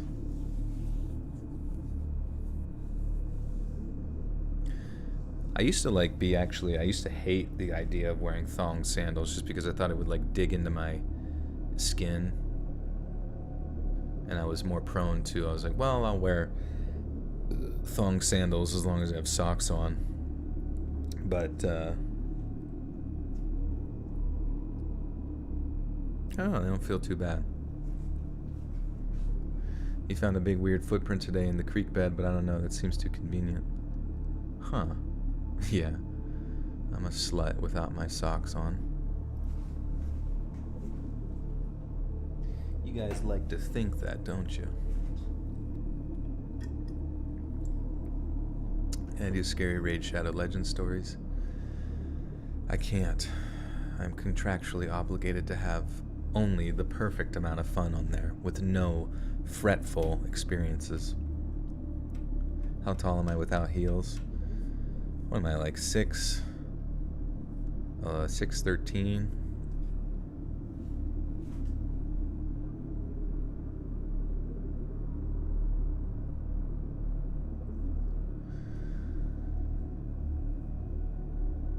Every fall, I take me and my family out to a cabin in the woods up in Maine. Don't let the whole cabin in the woods thing fool you.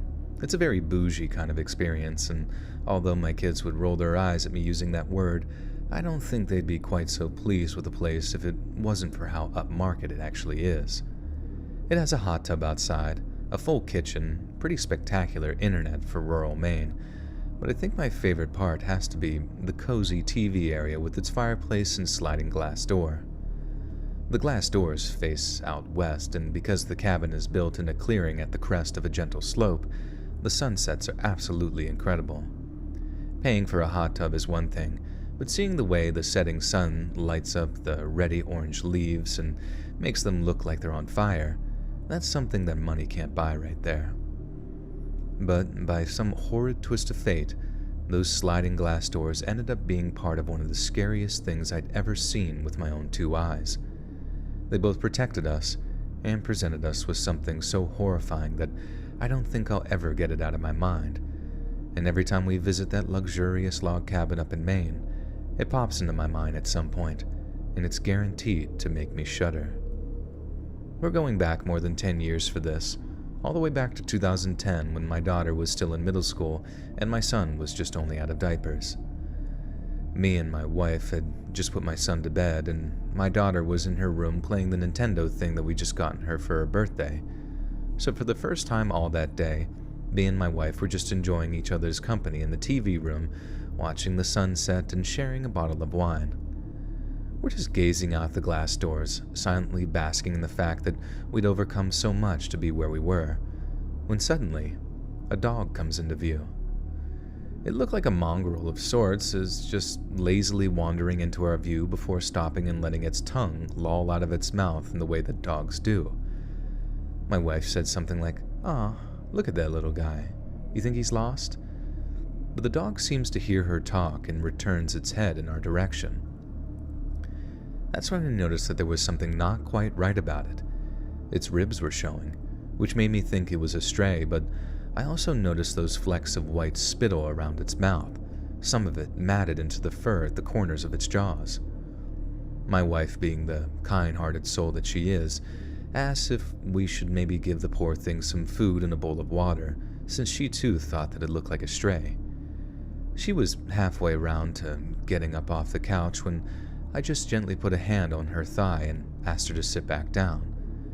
She acted like I was being some sort of Scrooge, not wanting to feed and water a starving animal. But when I told her that I thought the dog might have rabies, she unly stood. She suddenly stood.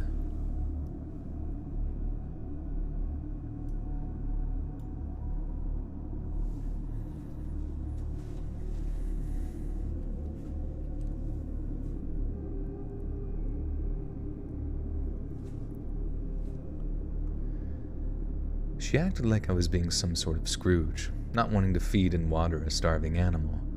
But when I told her that I thought the dog might have rabies, she suddenly understood why I didn't want her opening the glass doors. After she sat back down, I got up to take a closer look at the thing, just to make sure that I wasn't being overly protective or paranoid. But just as I got near the glass, the dog suddenly began baring its teeth and began snarling so loud we could hear it through the thick glass of the sliding doors. I immediately froze in fear, amazed that even though it looked like nothing more than a domesticated dog, its anger could have such a profound effect on me. It looked truly ferocious, like it actually wanted to rip my throat out, and I realized how fortunate we are that most dogs have the friendly disposition that made them man's best friend. Rather than antagonize it any further, I tried to just back off away from the glass doors, intending to find my phone so I could call animal control or something. But then, the second I turned to show my back, it began bounding towards us, something I'd never have known about it if it wasn't for my wife's shout, "known about."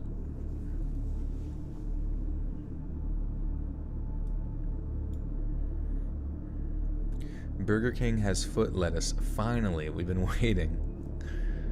The day hath finally come. I hope to God that wait, are you serious though? Did they meme that into reality or something, or incorporate that into their menu? Because I really hope that that would be incredible.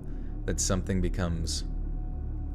Well, actually, that might be a bad thing, because then it would harken back to the fact that there was an employee that literally stuck his feet or her feet into the lettuce and then served it to people. Maybe that's not the best thing.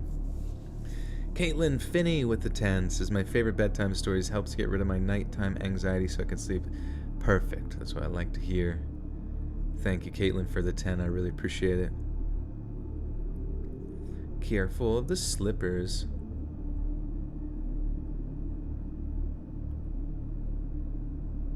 Wait. Hell's bells.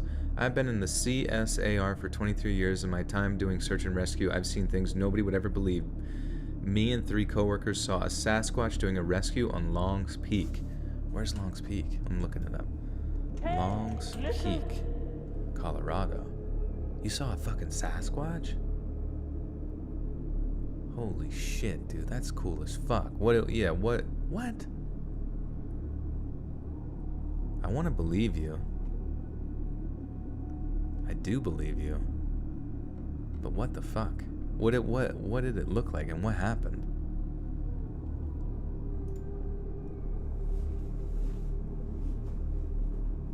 I'm all for a little foot fungi on my lettuce, but that's just me. What's up, Brent? What's going on? Long's Peak, thick in the base. Mr. Phoenix, what's up, homie? What's up, homie?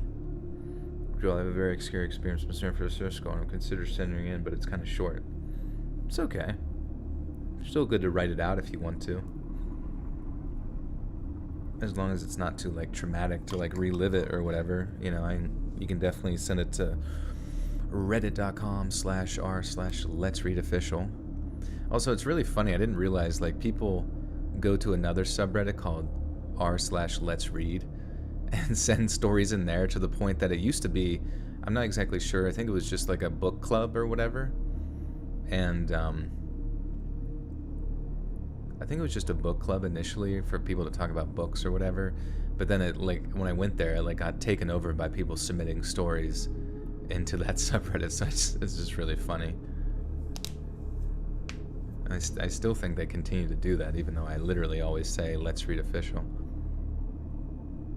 Squish that like button. You live a mile from Sasquatch Museum. It watched us, and our rescue said something screamed at him all night from a ledge. We were in its territory. No way. So the person that you rescued had to experience it in the middle of the night. It watched us, and our rescue said something screamed at him all night from the ledge. Holy shit, dude. Yeah, they're very territorial, kind of, right? I think the males... Aren't the males, like, relatively lone? Or I don't know. I don't know how they operate, honestly. What a fucking weird creature. Like, why the hell are they not reproducing? We need to... What do they do? You know what I mean? Or, like, how intelligent are they? Because I initially thought that first story that someone sent in with the figurines was a Sasquatch-related story, because I've heard about Sasquatch, like, watching in people's windows at night to observe them, and then if they like the family or whatever, they'll leave, like, little figurines made with sticks and stuff that look like the family, like indicating, like, 3 members of the family, like 2 parents and an adult or something, almost like as a gift to them. And I don't know. Yes, we have to breed with a Sasquatch. What's that one guy's, like, his own YouTube, his name is like Kane Dog Trainer or something. Like, one of the funniest videos I've ever seen is like him saying, like, I got a knobber from Sasquatch. She came out of the tree and pinned me down and just started sucking me, man. Like, I had no option, man. What was I supposed to do? It's like the funniest shit of all time, dude. That guy's out, he's like out there, dude. A Sasquatch. It was me in a furry costume, yeah. You guys were in my territory.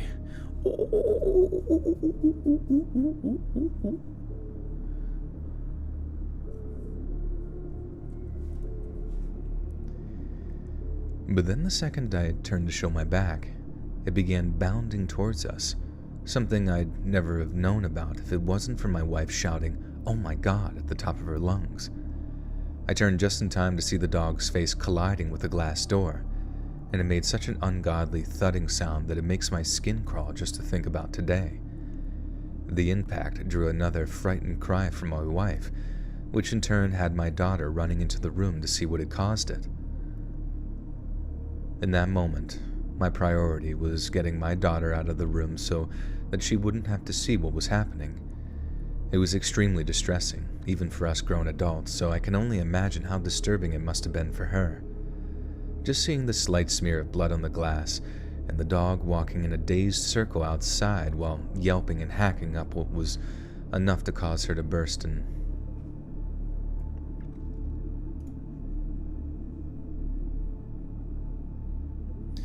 I got a freaking knobber from Sasquatch. Sasquatch be shapeshifters?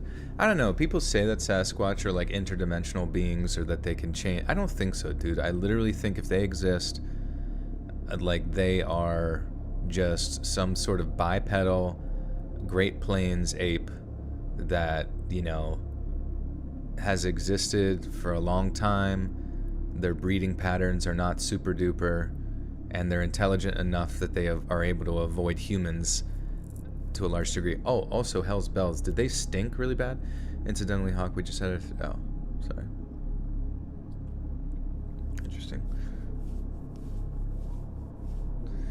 If everyone concealed carry, we wouldn't have these stories. Hey, that's funny you say that, because I'm fairly certain that the Supreme Court was actually ruling on like a nationwide concealed carry case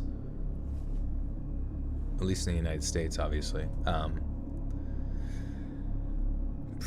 What is concealed carry? It's just like you can, if you have like a pistol, you can carry the pistol, but it's concealed under your clothes or under your thing. It's like a self-protection, like law or whatever. It's, you know, a lot of off-duty cops, you might see them. I mean, just normal people have it too. Here in Pennsylvania, it's pretty quick.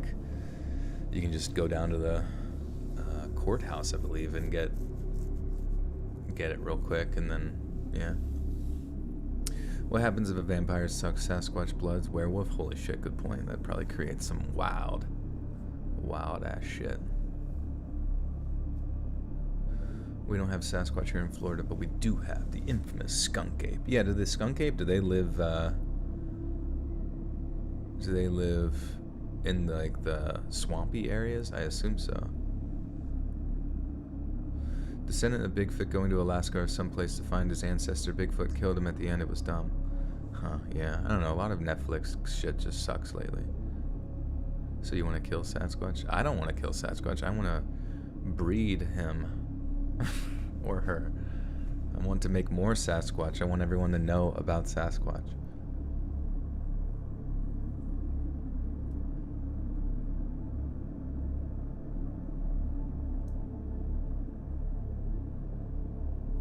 Right, yeah, not skunk ape. It's the Florida man. You'd have the skinwalkers, yes. Those are different, though, I feel like. Those are, like, paranormal. Whereas I think Sasquatch is more like just like a silly little monkey guy. Yeah, if I'm president, we will breed Sasquatches. That's what Joe Biden should be focusing on right now. Hey, I have a true crime story that happened 5 minutes from our cabin in a small town in Ohio. Do you take stories like this? Yeah, for sure. That's honestly, I take a lot of those. So yeah, and also if you don't have a Reddit account, you can send it to letsreadsubmissions@gmail.com as well.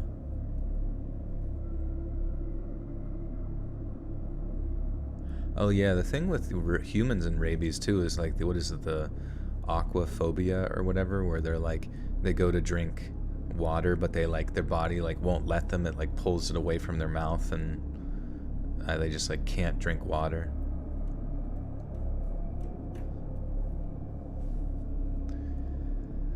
Just seeing the slight smear of blood on the glass, and the dog walking in a dazed circle outside while yelping and hacking enough was to cause her to burst into floods of confused, frightened tears. And although I was sorry to do it, I had to yell at her to get her out of the room again.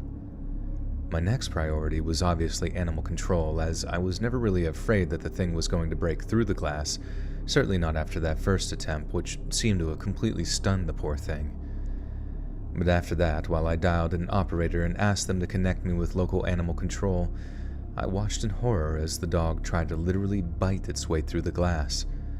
It was raking its teeth against it, its fat, swollen tongue lolling out the whole time. And that's when I realized that it wasn't so much that it was just hot or thirsty. Its tongue was just so big and swollen to actually sit in its mouth properly. Blood was leaking out of its nostrils from the impact against the glass, with more smearing over it as it continued to try to bite its way inside. It still looked furious, like it would most likely attack us if it did somehow manage to break through, but at the same time, a look would come into its eyes every so often that to me looked so much like desperation that broke my heart. It was like it was silently crying out to us, "Help me, please help me," but there was nothing we could do. I'm not the type to keep a gun in the house, and even if I was, I'm not sure I have the heart to shoot an animal like that, no matter how much it's suffering. All I could do was wait for tater salad. It's water on your brain. Like, was it hydrocephaly or whatever?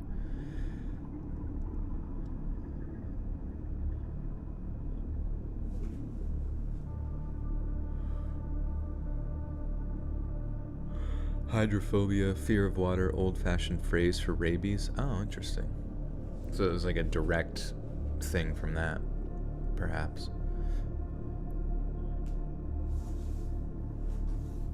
What the fuck?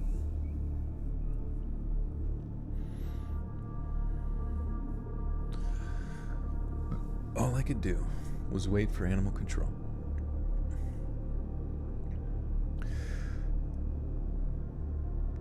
All I could do was wait for the animal control officer to call us back, as he wasn't picking up his phone immediately, and then tell him where exactly we were and what condition we'd seen the dog. It had wandered off long before the call. God damn it.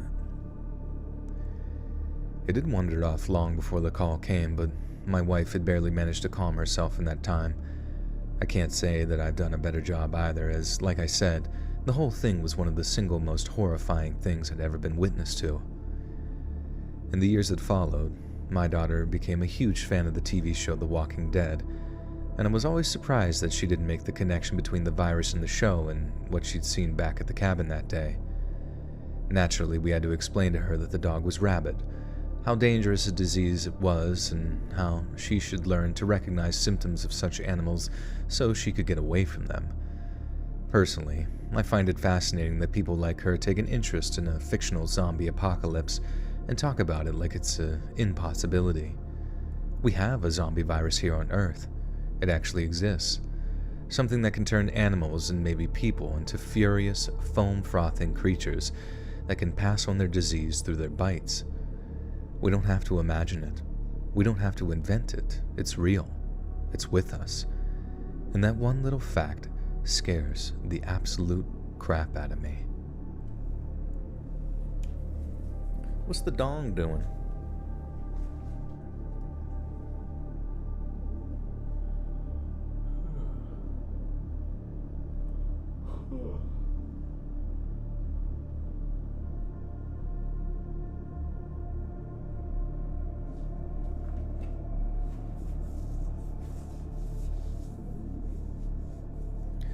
What is it? I have a lot of personal stories from multiple generations of citizens that had experienced what could be the Glowacus. Let me look at this. Glowacus. Oh shit. The Glowacus is one of the fearsome critters. Oh, it's like a name. In North American folklore, fearsome critters were tall-tale animals jokingly said to inhabit the wilderness in or around logging camps, especially the Great Lakes regions. Today, the term may also be applied to similar fabulous beasts. It was a fabulous beast. A group of legendary creatures in the folklore and traditions of lumberjacks during the 19th and 20th centuries in North America. The Glowacus is described as looking something between a bear, a panther, and a lion. The Glowacus is also known as the Northern Devil Cat. It is known for its fearsome screech that compares to the cackle of a hyena. The creature is blind and uses its sense of smell as sound waves. Looking into the creature's eyes is said to wipe the victim's memory. It was seen in 1939 in Glastonbury, Connecticut. Interesting. I remember that one video. I think they have like one video that people say is like Dogman video, and it was like some guy on like a four-wheeler or like a snowmobile, and like some just absolute tank of a creature is sprinting towards, and it looks like a bear, but the way that it's like shaped looks like a fucking dog bear, like a dog bear creature, and I guess the dog man. But it was, I don't know, it was fucking terrifying. The Bass Kicker 88 with the deuces. Hope you're having a good night, Sir Joel. Thank you, Bass Kicker.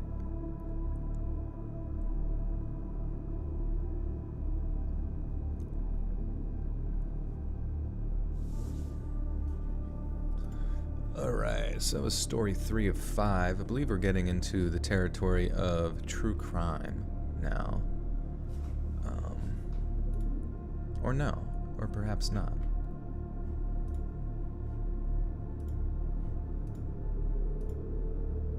Oh, that one's just long, okay. Hey, listen! The thing that terrifies me, I called a police report about something that might be the Glowacus. The cops showed up and told me that a neighbor on the opposite side of the woods had called in what, as well, or? It sounds like one cane corso that's print looks like a cheetah and something else. Oh yeah, cane corsos are big. Yeah, it's man bear pig most likely. Yeah, the man bear pig is like one of my favorite things from South Park. I need to stretch real quick. Everybody do. Oh wait, we forgot push-ups. Fuck. I'm gonna be breathing too hard, but whatever. Let's do it. First we stretch. A little bit of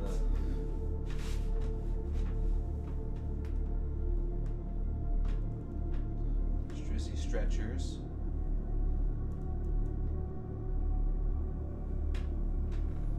And then a side stretch. Cane Corso is the strongest song in the world. I remember my buddy had a Cane Corso. He was awesome. What was his name? Hank. Hank the Tank. And he weighed like 165 pounds. And he was like pure muscle. Sad thing is he only lived for like 5 years. And then got like leg cancer and had like a heart condition. It was bad. He still has a Cane Corso, a female one. She's sweet, Bella. What time zone? I'm on the east coast of the United States, so EST. Bass kicker with the man bear pig. And super duper cereal. Man bear pig. Alright guys, how many are we up to right now for push-ups? We had 48. Can I do 48 in a row? How many push-ups I can do? How many throw-ups? Great Dane's lifespan is not long. Yeah, sadly, the bigger the dog, the shorter they live, it seems like. Hey, Sadly. listen. I love my doggos.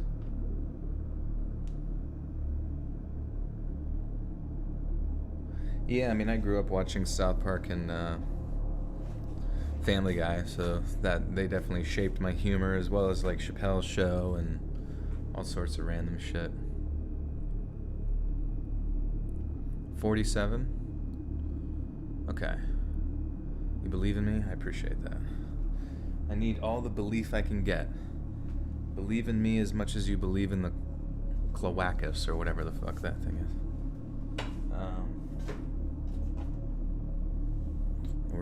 We're gonna get it. The Tibetan Mastiff. Oh my god, yeah, those things are giant. I hear they're very aggressive, like, except to like only one person in the family. What's the background sound? It's just some background ambience that I commissioned.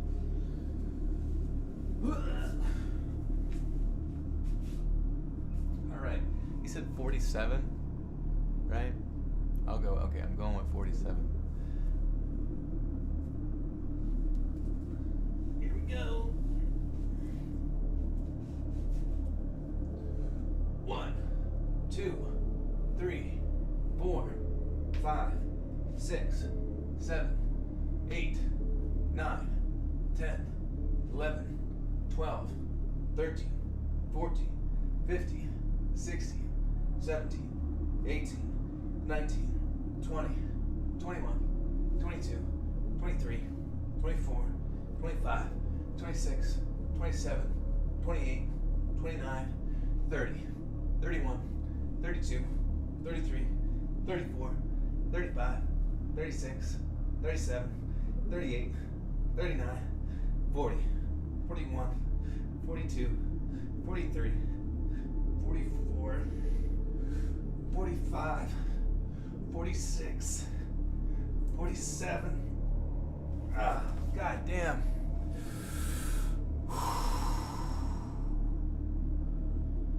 Oh, fuck. Okay. It was easier than last time. But similar last time. Is getting my breath back after all that shit. My baby is a 70-pound Corso, sweet as ever. Yeah. I love big dogs that are just nice. I should be ripped by now. I wish, man.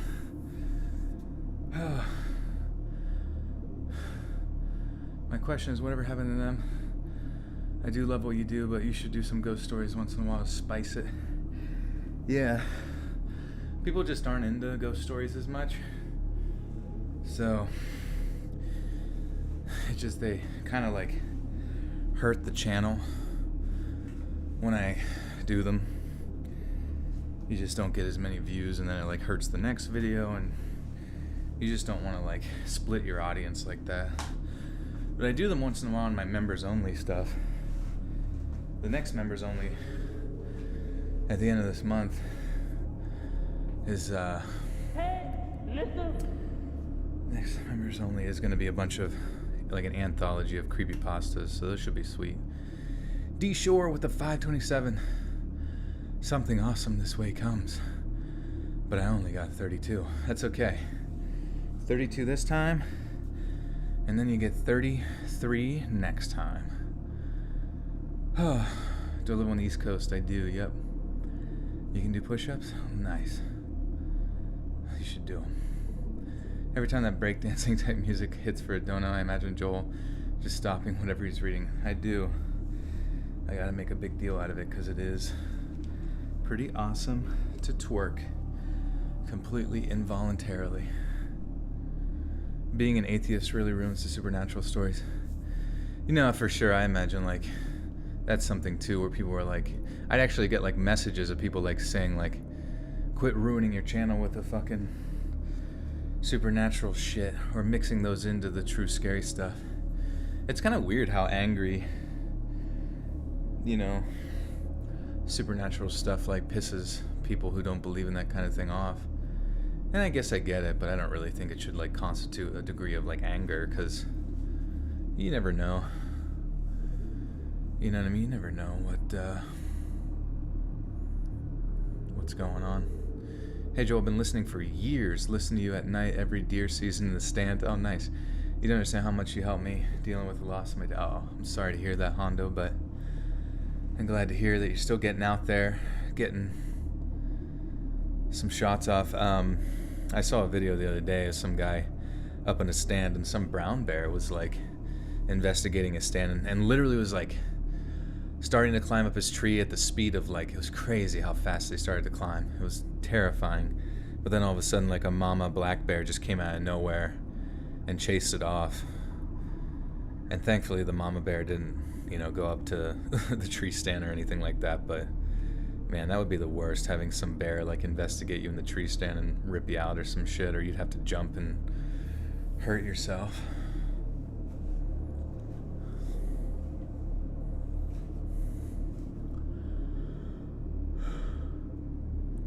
Every single former creepypasta channel is portending as a crime channel now.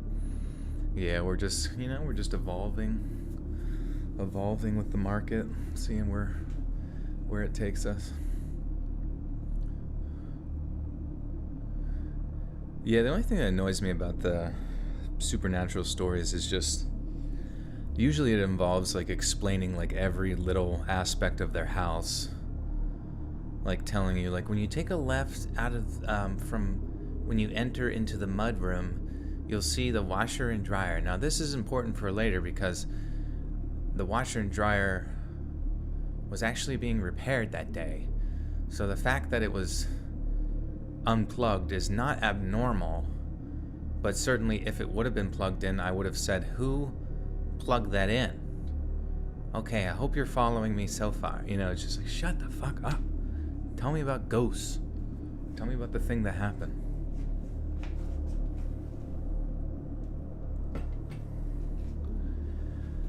Hug all the bears, they love you. Dude, you can't, dude. Bears are like nature's tankies.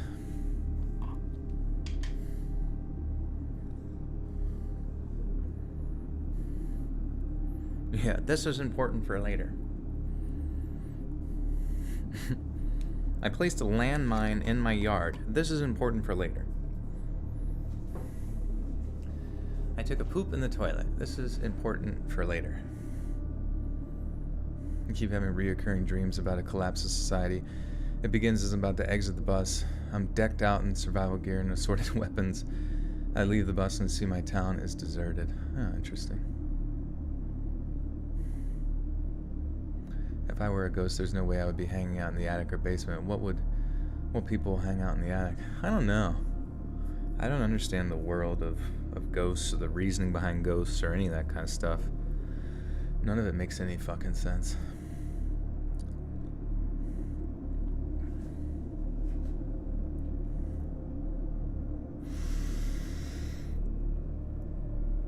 One of the worst days of my life started when me and a hiking buddy of mine came across this rundown old hunting cabin out in the woods. I mean, it was so shabby looking that we couldn't have imagined it being anything but abandoned, so we didn't see any harm in exploring it a little.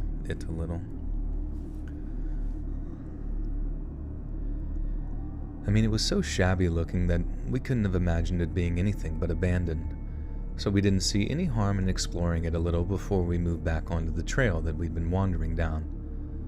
We walk inside, start looking around, only to see that it didn't look that abandoned at all.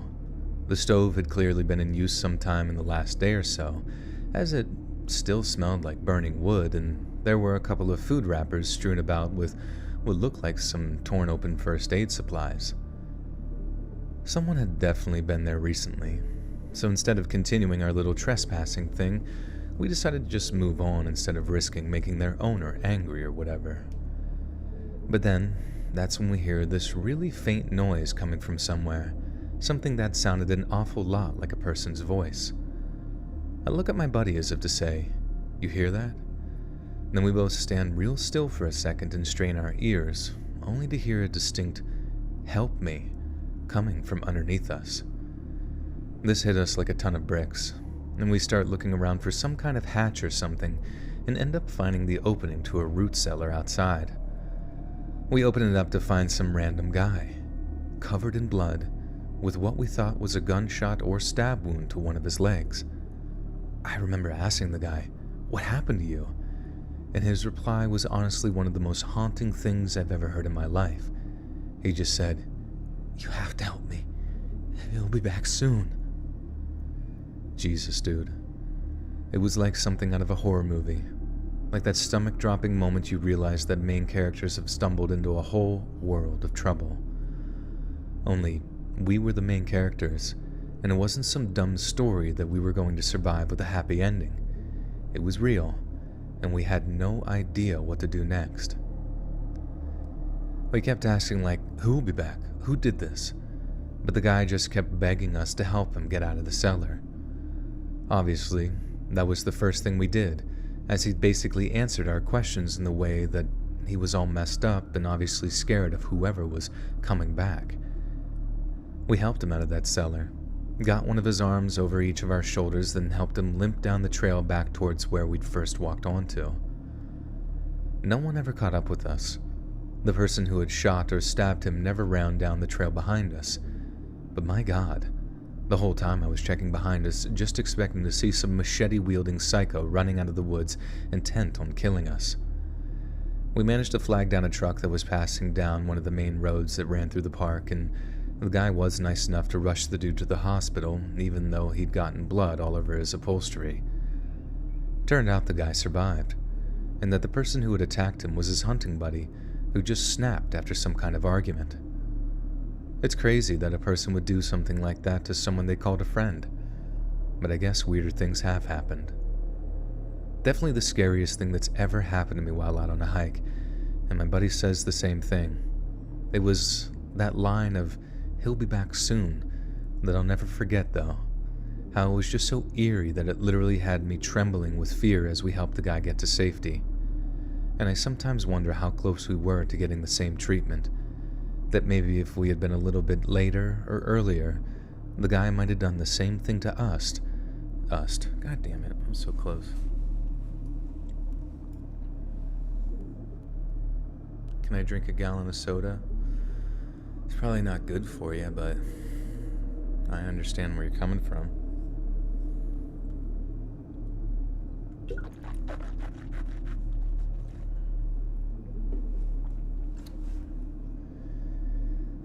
And I sometimes wonder how close we were to getting the same treatment. that maybe if we had been a little bit earlier or later, the guy might have done the same thing to us, just to keep us quiet. 1 gallon of soda equals 2 gallons of pee. Good point. Great math equation to keep in mind. Alright, that was freaky. That was like almost like casually freaky. I didn't expect that at all.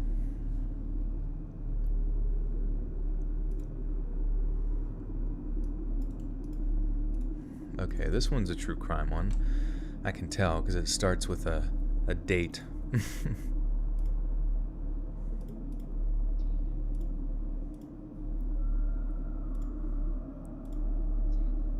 Tita.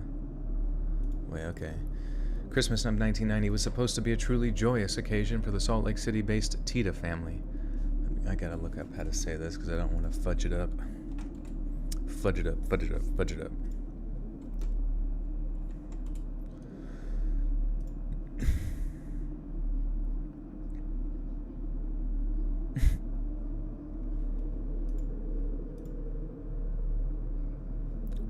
God, like every fucking like true crime channel, like, hello everyone, welcome back. I'm gonna put on makeup on my face as I talk about a family getting absolutely mangled, but hey, it's what we do here.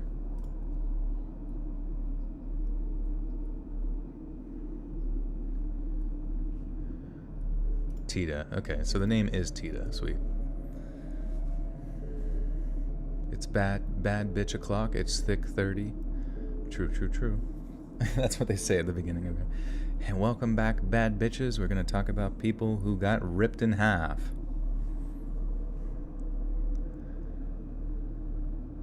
Christmas of 1990 was supposed to be a truly joyous occasion for the Salt Lake City-based Tita family.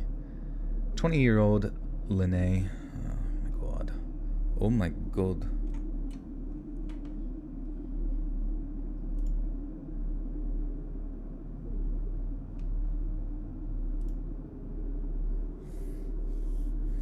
Okay, enroll... Oh, shit.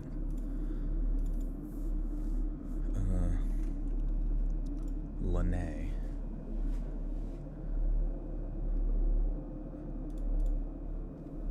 Lene? I assume it's Lene. I don't know. Did you miss the push-ups? You did.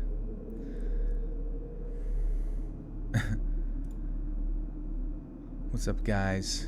Skinny Penis. Welcome back to my true crime channel.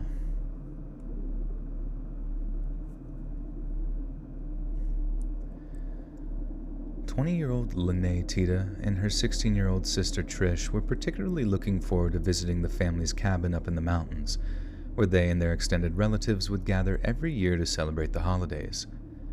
The cabin was nestled at the bottom of the Weber Canyon. The cabin was nestled at the bottom of Weber Canyon, near a place called Oakley, and was so far away from any main roads that the family had christened it Tita's Tranquility, due to the peace and solitude that could be found there. The place was so isolated that during heavy winter snowstorms, the cabin was completely cut off from the outside world and could only be accessed via snowmobile.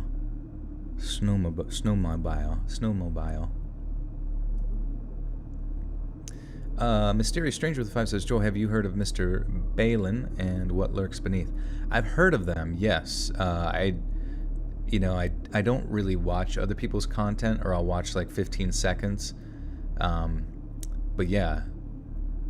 Yes, I have heard of the people. I'd love to work with them, obviously, but obviously sometimes people just be popping off, you know what I mean, and they be busy. Let me see, what lurks beneath? Oh, okay, what lurks beneath is comparable to my channel, so I wonder if he would want to work together at some point. Some sort of shout out. Let me see if he has a twatter. He does have a twatter. I will follow him on twatter. Oh, he follows me. What a nice gentleman. And then I will hit him up and we'll do a little bit of a shout out, hopefully on each other's channels, and life will be all the better. Thank you for the alert. Do you ever listen to your own streams? I don't, no. I might listen to like parts that people have tagged me in for like funny things that I've said, and I'll laugh at it. It's pronounced Weber. Oh, interesting. Weber Canyon. Are you sure?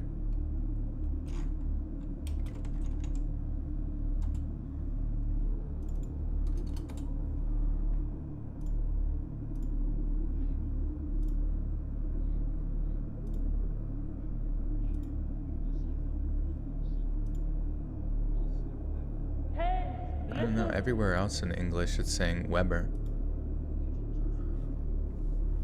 I could see, like, if it being a canyon, it might be different in this situation, but yeah, are we sure it's Weber?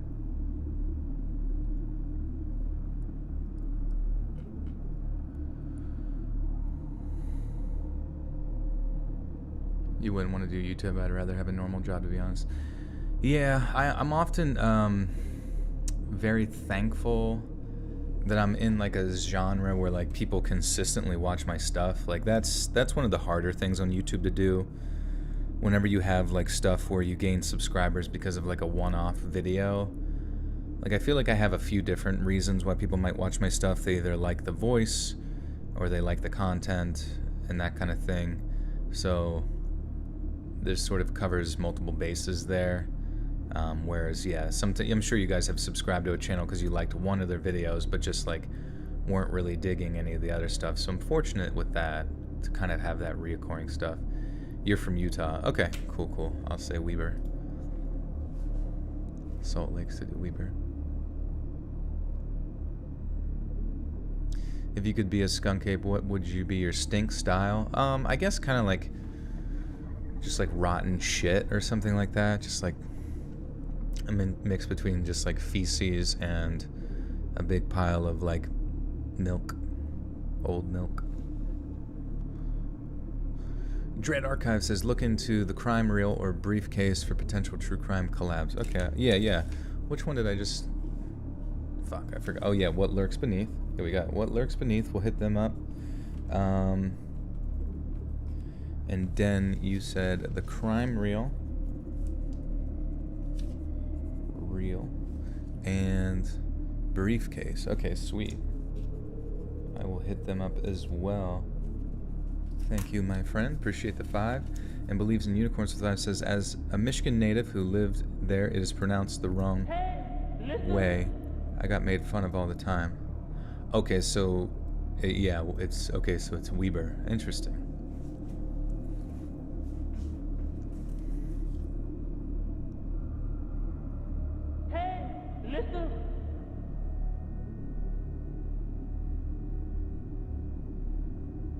Double dipping with me. I found you through chilling and you and being scared. Oh, nice. You found me through chilling. See, that's cool. That's kind of a cool thing, because I feel like a lot of people find chilling through me and other channels, but to actually go the opposite way around, I think is awesome.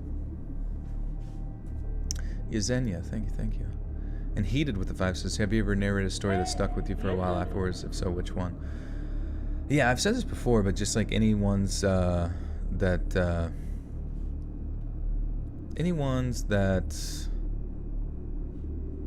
have to do with just crimes against children, I just think those are like really sad, like especially sad, I guess you could say, and it just like kind of lingers in the mind. Wait, so yeah, Weber. We're going with Weber Canyon. All right.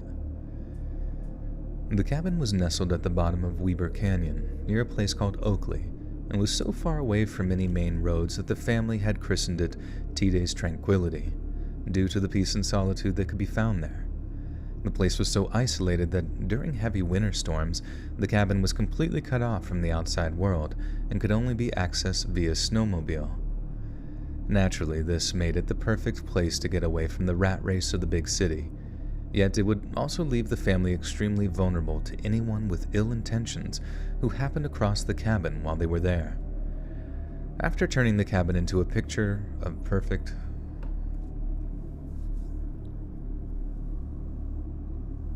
What's my zodiac? I'm not telling you, Zodiac Killer. Anybody asks me my sign, I just assume they want to kill me. That's how ready I am.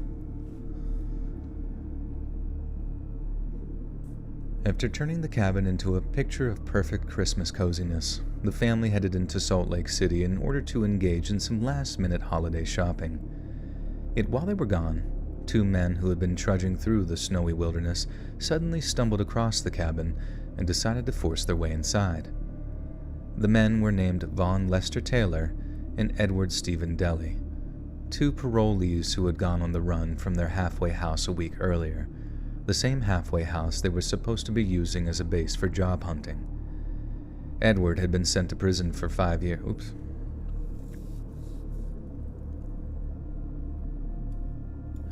Mysterious stranger with a 5 says, Joel, have you heard of the Dog Man in Luther, Michigan? Oh, yeah, we were talking about that earlier. I definitely have heard of the Dog Man. I just don't know too much about it. I remember Mr. X Dreams did a lot of stories about the Dog Man. I always found interesting, if you've ever listened to him.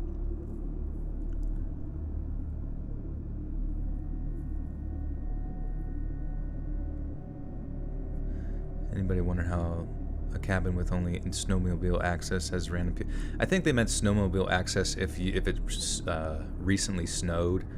So in this situation, if these people are on the run and the snow's not too bad, I could imagine that they probably were able to like hike their way through and stumble across it. And if it was very snowy, I'm sure they would be extra desperate to get into somewhere with shelter.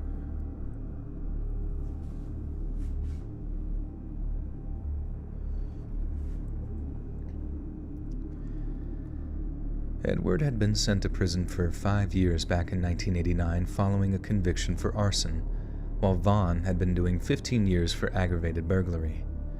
After breaking into the cabin, the two men set about warming themselves up before pilfering some of the T-Day's family's food and drink. Then they found the family's video camera and recorded themselves ransacking the cabin, even going so far as to film themselves opening the family's Christmas presents while making a mockery of the holiday season.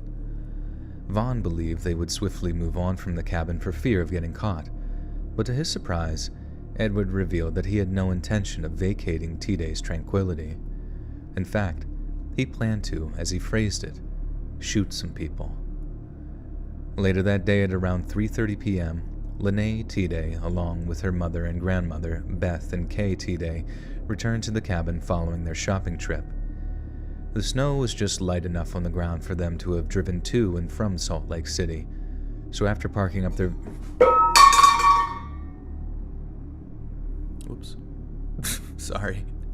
I moved my hand down and I grabbed the glass and knocked it off the fucking... I just freaked Pradeep out. Probably you guys too, sorry. 1 second.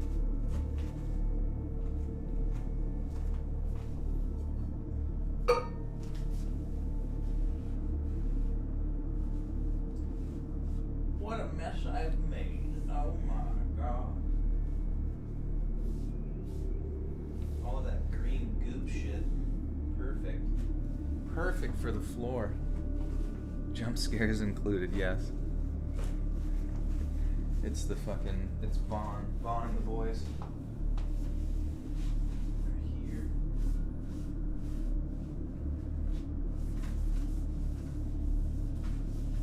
Okay. Sorry about that. Hopefully it wasn't too loud. Was it? Yeah, I didn't know how loud it would get because it was far away from the mic, but I didn't know. More than the story. I'm sorry. Oh. It did scare Kitty Boy, but he didn't bother to even get up. Did I ever watch Metapocalypse on Adult Swim? I've seen a few bits and pieces, but never, like, really got into it.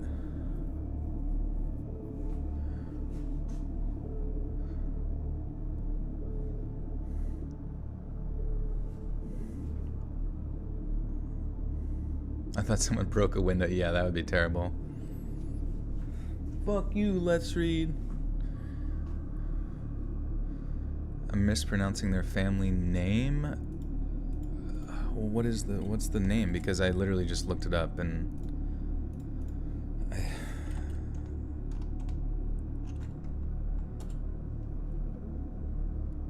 I'm fairly certain it's T-Day.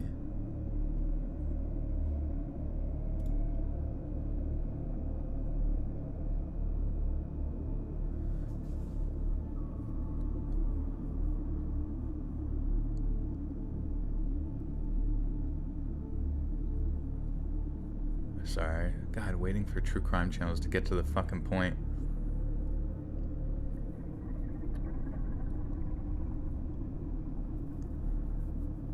Oh my god, they gotta go into the sponsor first. Jesus Christ.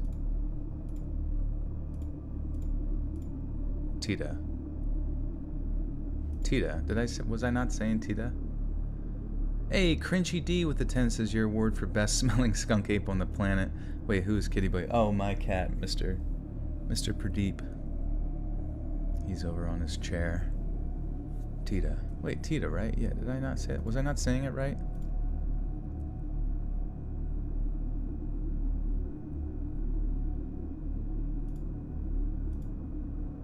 Hey, listen. Tita.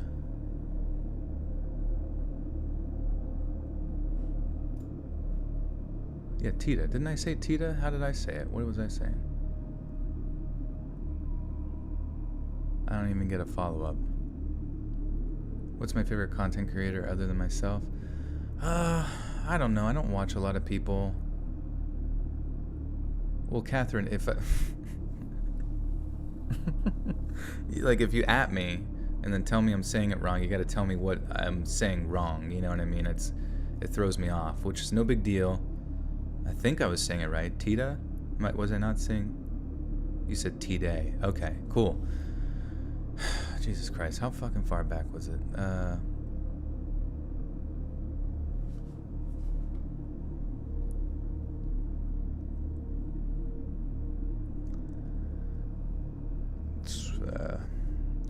Tita's Tranquility. We'll start there. I don't know. I don't know. I love Amaranth. Yeah, Amaranth's my favorite. Vaughn believed that they would swiftly move on from the cabin for fear of getting caught, but to his surprise, Edward revealed that he had no intention of vacating Tita's Tranquility. Wait, Tita or T-Day? I don't... What the fucking fuck?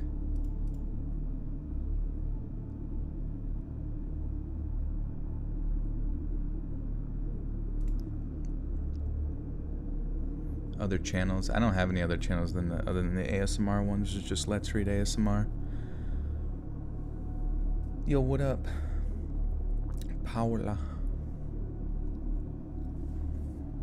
Wait, I literally just instantly forgot. This is so frustrating.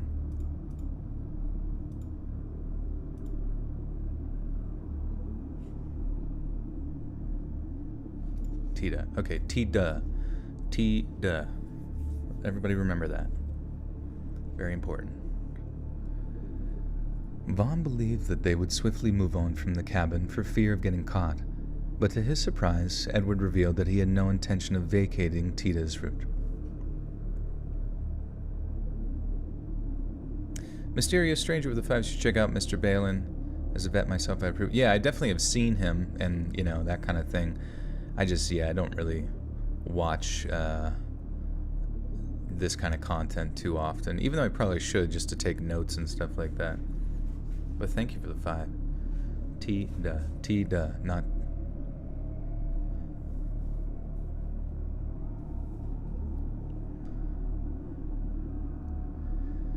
Vaughn believed that they would swiftly move on from the cabin for fear of getting caught, but to his surprise, Edward revealed that he had no intention of vacating Tita's Tranquility.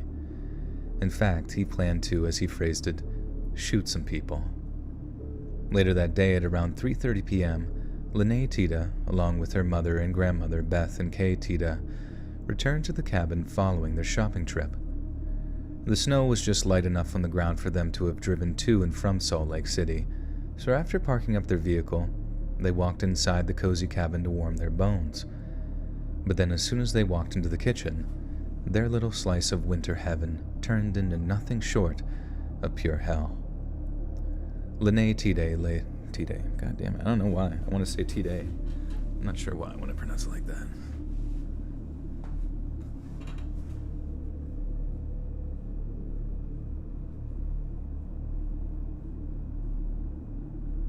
Mr. Balin loves to milk the clock. Oh my god. That's funny.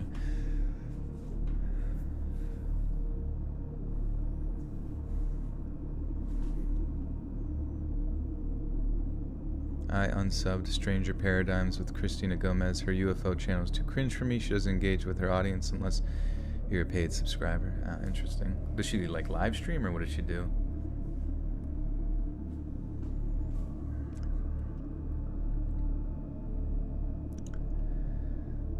Lene Tita later said that from behind the refrigerator came a frizzy-headed man in a gray sweatshirt with his pistol pointed at me. As soon as my mom came to the... Fuck, man.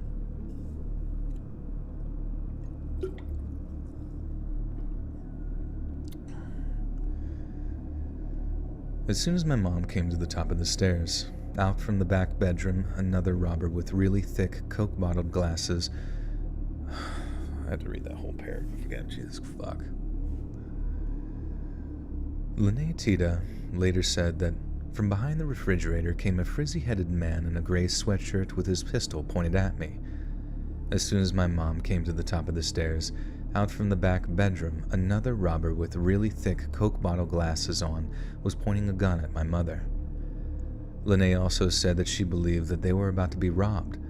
But when her mother began praying aloud in the moments following the ambush, Vaughn Taylor told her the prayers wouldn't do any good, because he worshipped the devil and had come for their souls. At that, Vaughn pulled the trigger, executing Kay before shooting Beth in the head. Wait.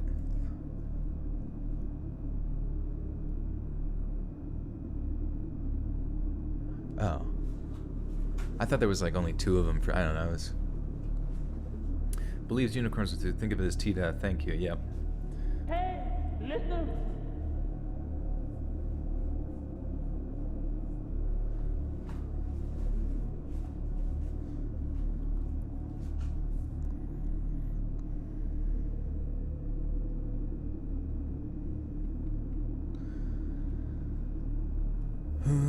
Lene also said that she believed... Oh, yeah. At that, Vaughn pulled the trigger, executing Kay before shooting Beth in the head.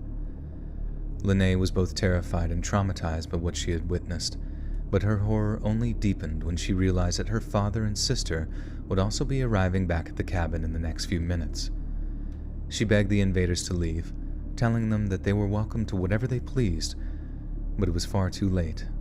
Vaughn and Edward were reveling in the power they now wielded, lost in a haze of pure bloodlust as they heard Rolf and Trish Tita pulling into the driveway. They relished in the sadism. Wait, what? Why is this sentence like 9 sentences combined?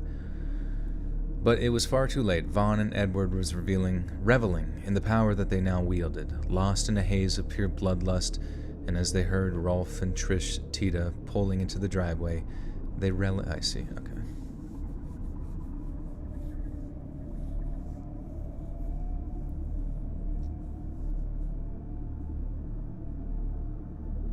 Duchess of Darkness. I can write that down.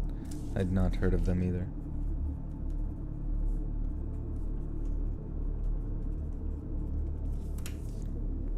It does kind of seem like if you wanted to start like a new channel, that true crime seems to be it, where you like show your face. And Mysterious Stranger with the 2 says, what do you recommend software for narration? Well, I have a microphone. It's called an H4n Pro that has like a it has a memory stick inside of it, so you can record directly to it and then just upload the files to whatever editing software you use. But I edit afterwards with Sony Vegas. Sony Vegas is dog shit. Just want to point that out. It crashes all the time.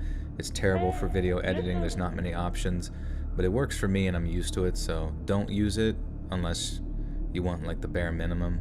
But as far as if you're recording directly on the computer, people, still use Audacity and still get a lot of use out of that. Even professional voice actors, some of them still use Audacity just to get it onto their computer and that kind of thing. So definitely nothing wrong with Audacity. But I don't. I use Audacity once in a while to remove background noise, but not really to record to specifically. I don't know if it's the genre to get into, but it's definitely the bandwagon everybody's jumping on. I'm tired of hearing the same stories over and over and hearing the last 15 years. Yeah. I get crumbs on the floor. Nice.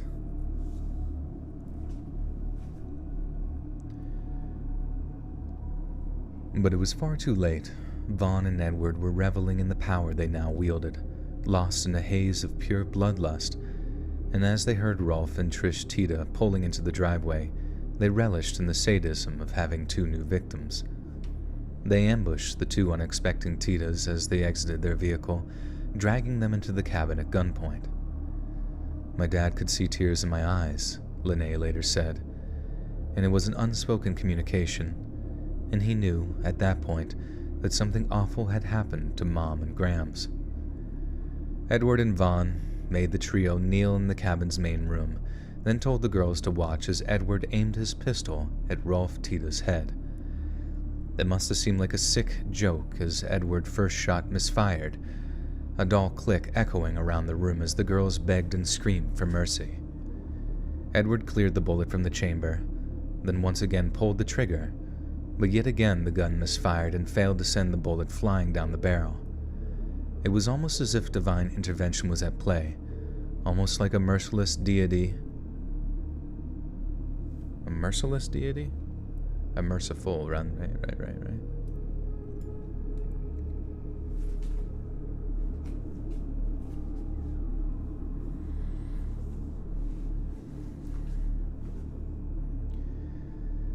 It was almost as if divine intervention was at play, almost like a merciful deity had decided that there had been enough bloodshed at Tita's tranquility. But if there really was some kind of message being sent from the beyond, it was almost certainly lost on the two bloodthirsty felons.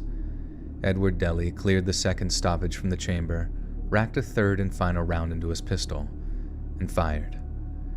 This time there was no failure to ignite the bullet's gunpowder, and the metal slug ripped through Rolf Tita's face, sending him crumpling into the carpet. After executing Rolf, the two home invaders found themselves a can full of gasoline, poured some of the contents over the man's lifeless corpse, then set it on fire. They then did the same to the rest of the cabin, dousing it in the flammable liquid as they forced the two surviving Tita girls to load up their snowmobiles with food and liquor. Then as the cabin burned, each of the men forced one of the girls out onto a snowmobile to ensure their compliance, then they took off through the snow. Tita's tranquility was certainly isolated, but the geography of Weber Canyon ensured that the sound of the gunshots echoed for a considerable distance. A distant neighbor had instantly recognized the ominous sound and had rushed outside to see the two snowmobiles driving off towards the horizon. Instinctually, knowing that something was horribly wrong, they had instantly contacted local law enforcement to inform them of the potential danger. 16-year-old Trish later stated that she was terrified that she and her sister would simply be executed once they got to a main road, so she frantically racked her brains for a means of escape. I had all kinds of different plans on how to wreck the snowmobile.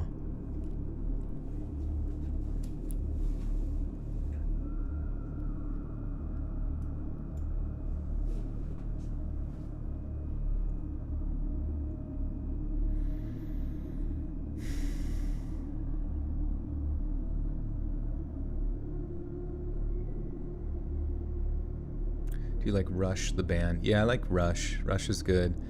And I like the band Yes and the Moody Blues. That's sort of orchestral rock.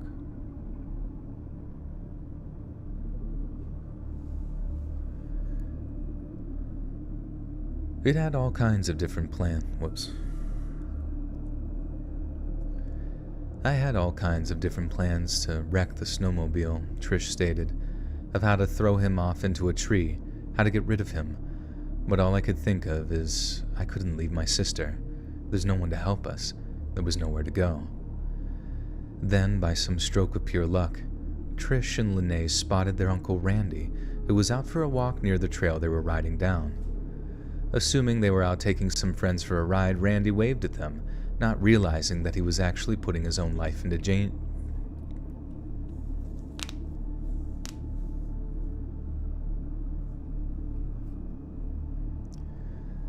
Assuming they were out taking some friends for a ride, Randy waved at them, not realizing that he was actually putting his own life in danger.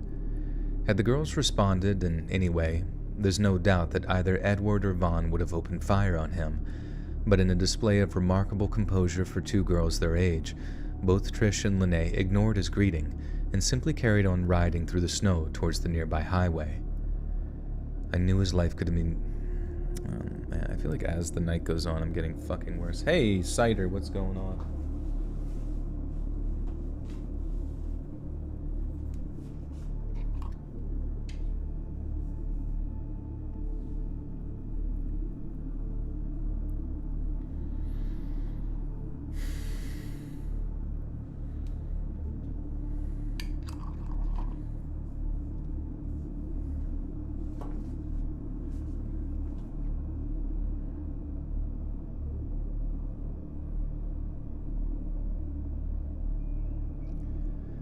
I knew his life could be in danger, Lene explained. I knew if these men knew Randy was our uncle, that what the fuck? I knew if these men knew Randy was our uncle there, that they would have killed him. Okay. PR on the front squat? Yeah, the most I ever did on front squat was like 385. I had a video of it, which is pretty cool. And it was kind of sweet because, like, I don't know, it made my calves look interesting with all that weight there, because, like, you know how, like, your shin doesn't really have muscle on it, but then I don't know, just in the circumstance that it was in, the way that it, like, the pressure that was added to the calves, it almost made, like, the muscle from my calves, like, wrap around the front of my shins, and it looked pretty cool. But yeah, that was quite a heavy load. The Wind River Reservation, in my opinion, needs more coverage for the horror stories go on out there. Listening while working, got lots of love for you, bro. Thanks for making my work days. You're welcome, Satan.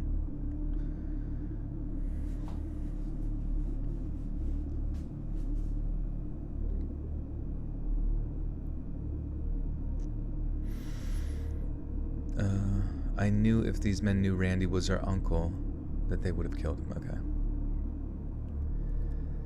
I knew his life could be in danger, Lene explained. I knew if these men knew Randy was our uncle, that they would have killed him. Edward and Vaughn then forced the girls to take them to one of the Tita's family's vehicles, which happened to be parked up by the highway in full view of their Uncle Randy. They forced the girls into the back of the car, and as they took off, Randy watched in confusion as the girls refused to acknowledge his presence. At one point, Edward and Vaughn asked who the man waving at them was, but the girls denied all knowledge, stating that he must have been an over-family neighbor.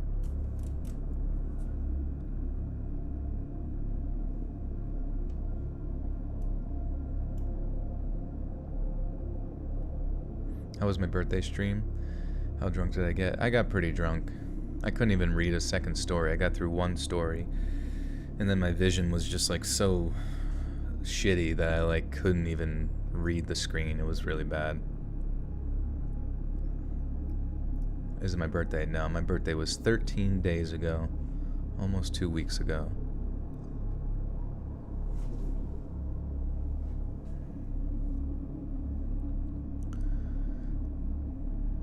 Wait, at one point, Edward and Vaughn asked the man... Wait. Oh, I see. It's not... No, it's not my birthday.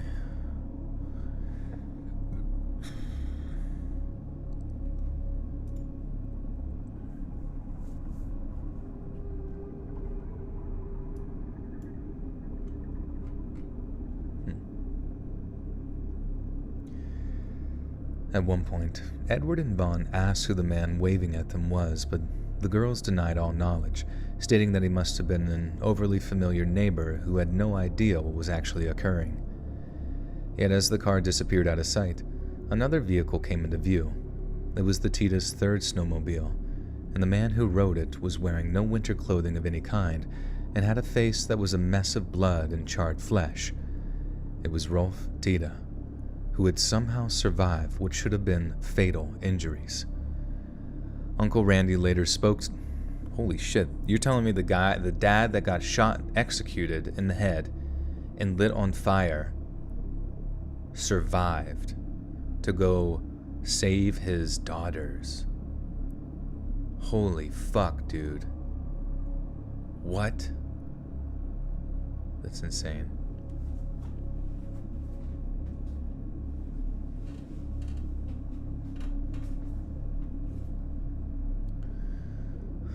Joel is 52.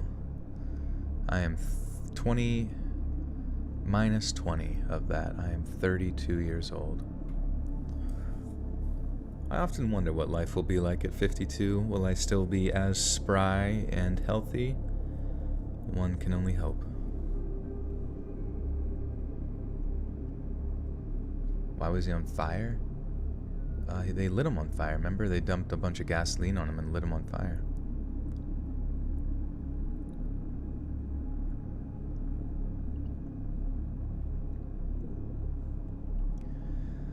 Uncle Randy later spoke of the encounter with a major TV network, saying Randy's face was all... Rolf's face. Rolf's face. Yeah, Rolf's face was good. Uncle Randy later spoke of the encounter with a major TV network, saying Rolf's face was all swollen and caked with blood. One of his eyes was swollen shut, and he actually had bloody icicles hanging from his face. It was that cold outside. He was in terrible shape. Rolf simply looked up at his terrified brother, then murmured the words, "I've been shot, my wife has been killed, and my daughters have been kidnapped." It transpired that the clothes Rolf had been wearing when he was set alight had been completely flame retardant, and despite the amount of gasoline that had been poured on him, his outfit had slowed the spread. God damn it, I'm just like mentally getting worse as the night goes on. It's annoying as fuck.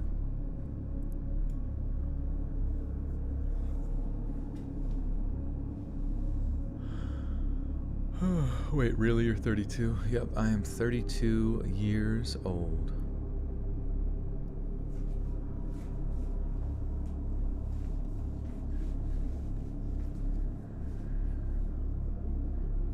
In New Mexico on the Navajo res, there was creepy howling noises at night, and all the people would just say, "Don't talk about it, don't worry about it." That's why I never understood, like, with the Native American culture, like, it's just, like, normal. Like, the supernatural shit that you hear about, or, like, when I read stories about it, it's just, like, normal to them. And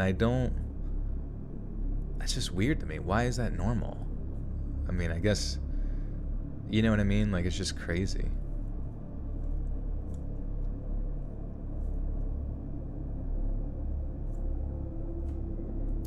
Let's Read young? Well, Let's Read sounds older, you think? I don't know, man. I'd just be sounding how I'd be sounding.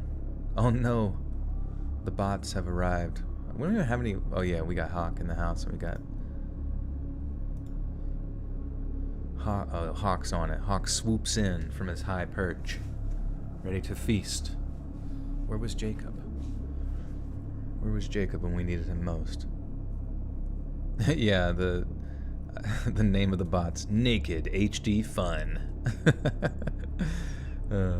Kraz OG, what's good, man? Just reading some scary stories. It transpired that the clothes Rolf had been wearing when he was set alight had been completely flame retardant, and despite the amount of gasoline that had been poured on him, his outfit had slowed the spread of the flames so that when he woke up, he was able to pull them off his body before he was completely engulfed. The bullet fired into his face and had somehow failed to damage his brain or sever.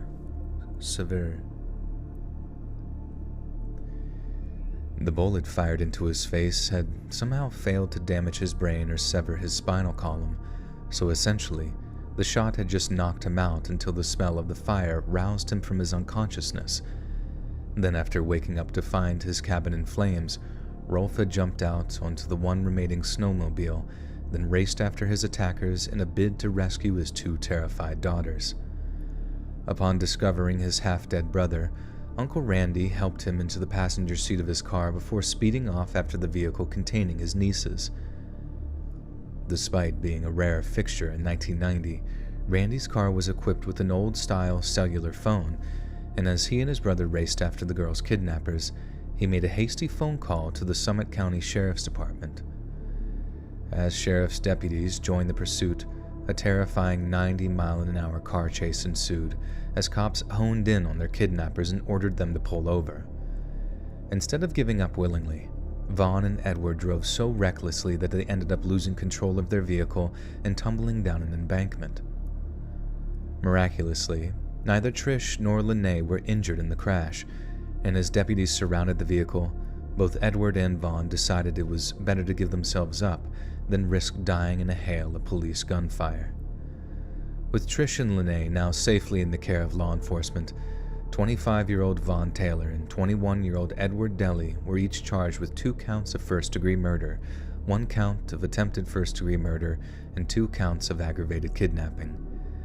At his trial in May of 1991, Vaughn Taylor pled guilty on the charge of murder and was sentenced to death just 2 weeks later. Edward Deli, on the other hand, was only convicted of second-degree murder and received a lesser sentence of life in prison. A huge boon for the prosecution.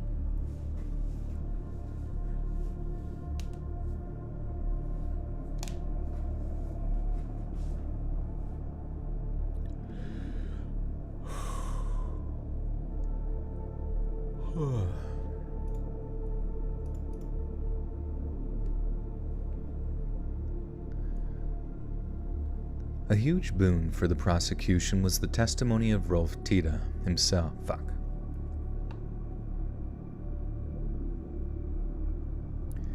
A huge boon for the prosecution of the God damn it. A huge boon for the prosecution was the testimony of Rolf Tita himself, as Trish recalled in a press interview after the murderer's convictions. I remember watching the look on Edward's face as he came in seeing my father. It was very apparent to me that he did not know my father had survived, and the look on his face was priceless, like he had been defeated, while my dad had survived. It was a moment of pure victory for us. Fuck.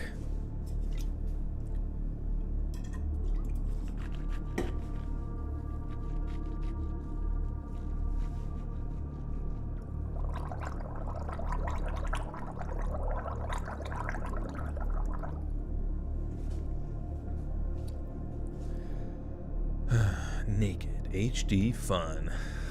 Like, what the fuck? Can't just have normal naked fun, it's gotta be in HD.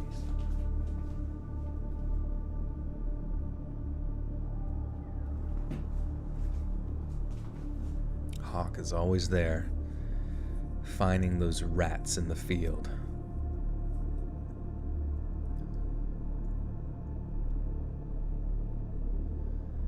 Like he had been defeated, while my dad had survived.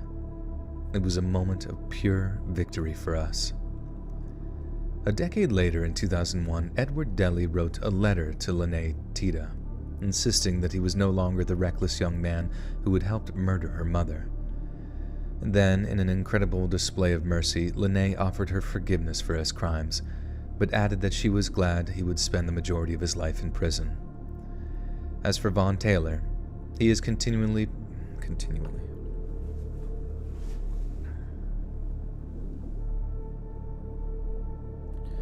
Rachel with the 5 says, "Hey Joel, have you heard of the Kushtaka?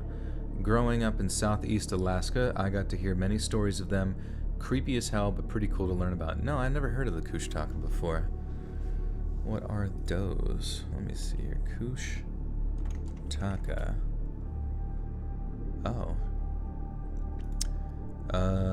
Kushtaka or Kushtaka The land otterman are mythical shape-shifting creatures found in the folklore of the Tlingit peoples of the Pacific Northwest coast of North America.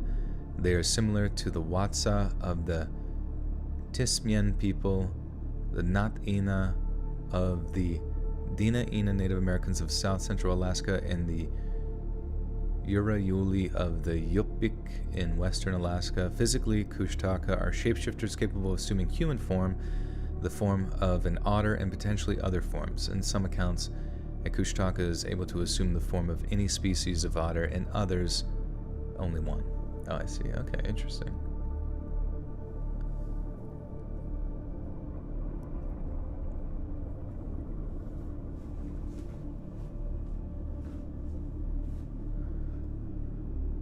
Partake in the devil's lettuce? I do not, no. I know it sounds like a bong because I gargle, but it's fucking water. It's water. Anyways, as for Von Taylor, wait.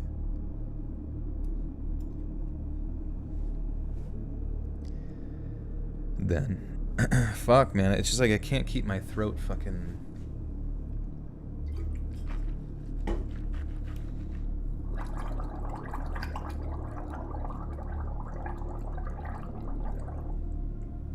Dude, I just need to bring my stupid fucking Keurig shit down here. I could just make another tea.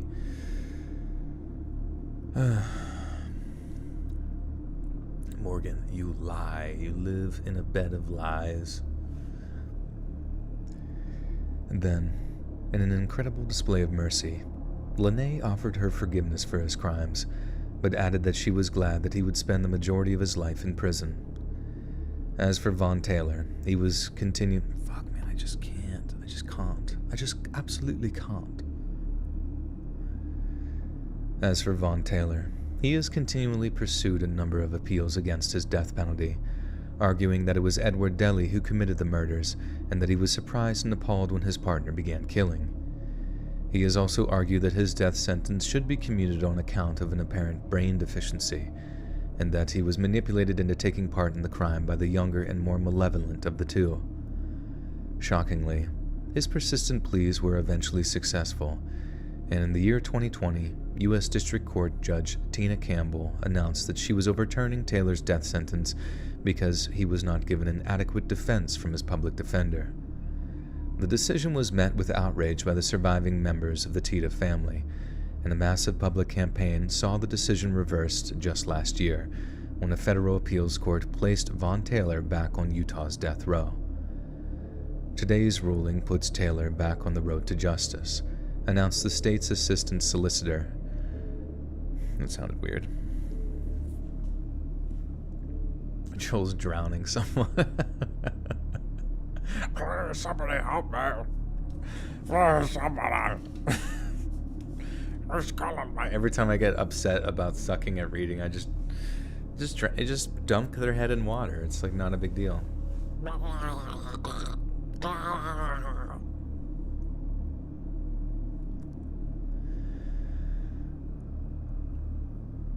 Today's ruling puts Taylor back on the road to justice, announced the state's assistant solicitor.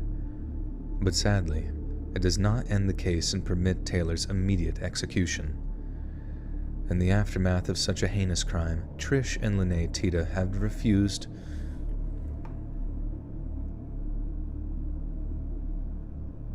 Slim Keurigs on sale for just $60. Damn, that's a good idea, actually.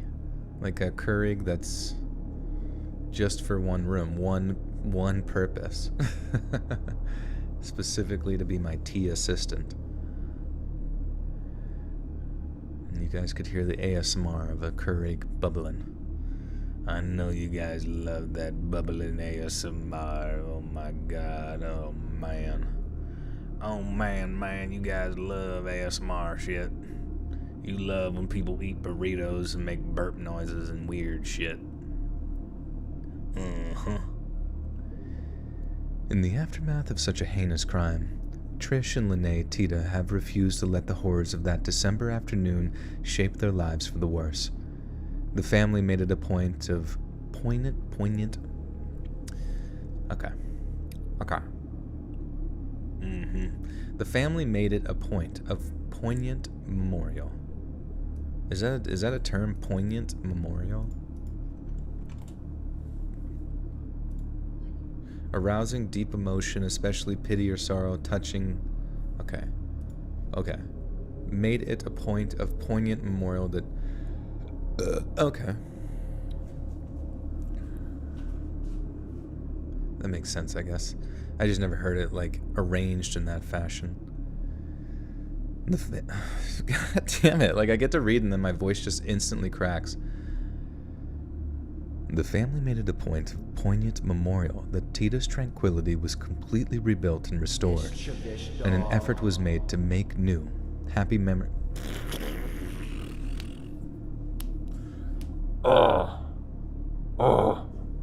This is the sound of Sasquatch.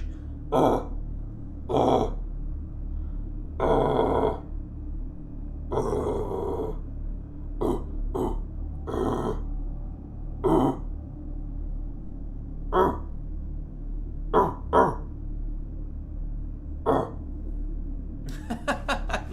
look over and Pradeep's like head is literally tilted, like, what the fuck are you doing, bro?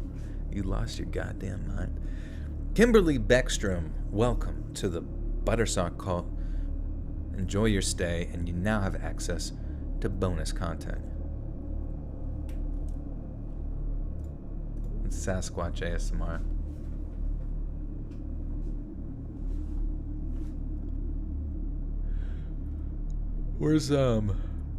Where's Hell's Bells? Tell me, did that sound like... Oh, wait, also, yeah, 2 questions. When you saw Sasquatch, what did he look like? Was he like 8 feet tall, 7 to 8 feet tall, maybe even taller?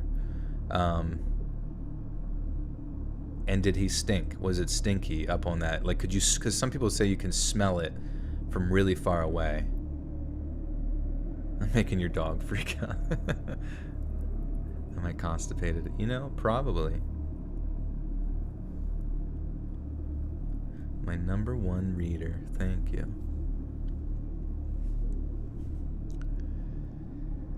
The family made it a point of poignant memorial that Tita's tranquility was completely rebuilt and restored, and an effort was made to make new happy memories there as a way of exorcising the bad ones.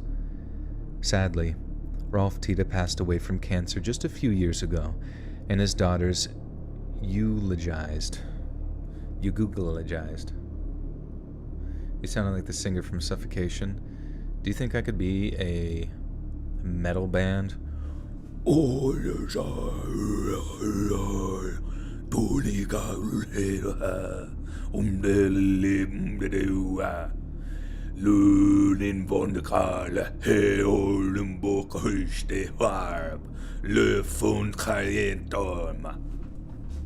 that scare you?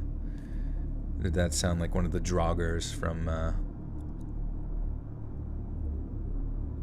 Skyrim?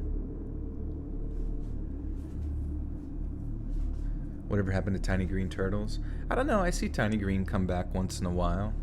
I see random people like they're gone for a long time, and then they just suddenly be there again. Okay. You Googleize. Eulogize, to praise highly in speech or writing, especially in a formal eulogy, to write or write in commendation of another, to extol in speech or writing, to praise. Oogly boogly moogly. I sound demonic.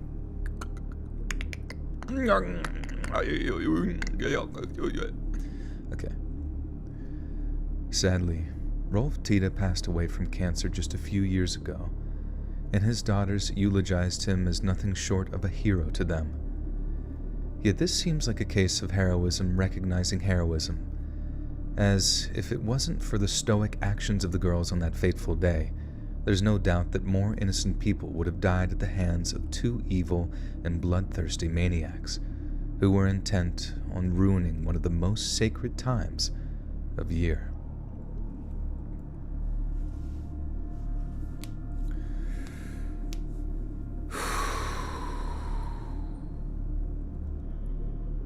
sound like Dren from Splice with the clicking noises. Oh yeah, Dren. That was an interesting movie. It was like, I remember seeing that in theaters years and years ago, being like way more excited for it than it turned out to be. And I don't know. Do you ever like, sometimes a movie is like advertised in one way and then you just get like a totally different movie than what you were expecting? And it almost feels like it plays out more like it was written like a TV show than like an episode of a show than like an actual movie. What do you mean? Dren was not a demon. Dren was beautiful. I loved her eyeballs. You're drinking water? Let's fucking go, dude. Where'd you get that shit? Hey friends, thanks for listening. Click that notification bell to be alerted of all future narrations. I release new videos every Monday, Wednesday, and Friday at 7 p.m. Eastern Standard Time. If you got a story, be sure to submit them to my subreddit, r/Let'sReadOfficial, and maybe even hear your story featured on the next video. And if you want to support me even more, grab early access to all future narrations and bonus content over on Patreon, or click that big join button to hear about the extra perks offered for the channel. And check out the Let's Read podcast, where you can hear all of these stories in big compilations and save huge on data, located anywhere you listen to podcasts. Links in the description below. Thanks so much, friends. Alright, what do I say, guys? What's the funny thing? And remember to close your window because Dren is always lurking. Lurking. You gotta leave poor Dren alone. She was born into a world of confusion and hatred. I'll insert the Sasquatch mating calls. That would wake somebody up for sure. Ta-ta for now. Splice gave me nightmares when she... Oh, that's a good point.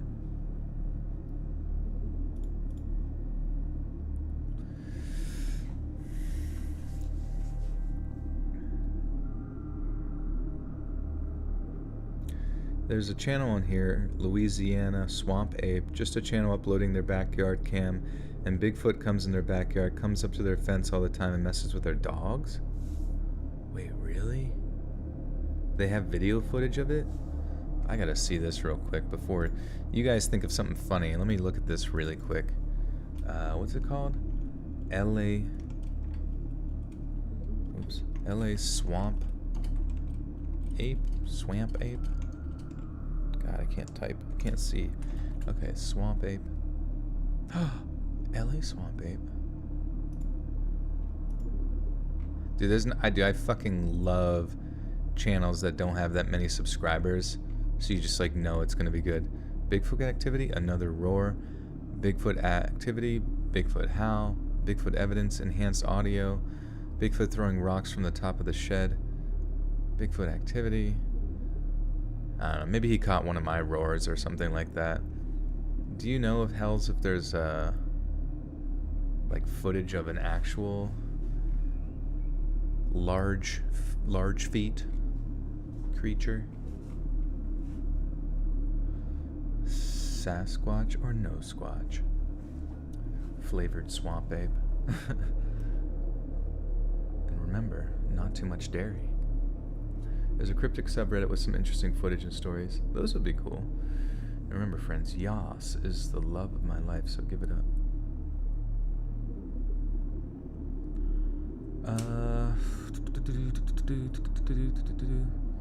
You've done CrossFit? Interesting. Yeah, I guess CrossFit can encompass many different things. It's mainly like just like high intensity interval training, from what I recall. A man walks into a shrink's office wearing nothing but saran wrap. Doctor takes one look at him and says, "Well, I can clearly see your nuts." Nice. Nice one, Dad. Daddy-o.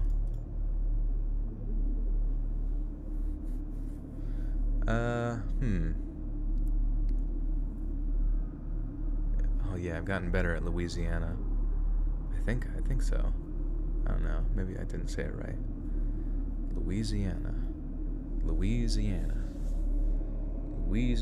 I think there was like a word after that I was having trouble connecting, and it just sent my brain down like a road of insanity.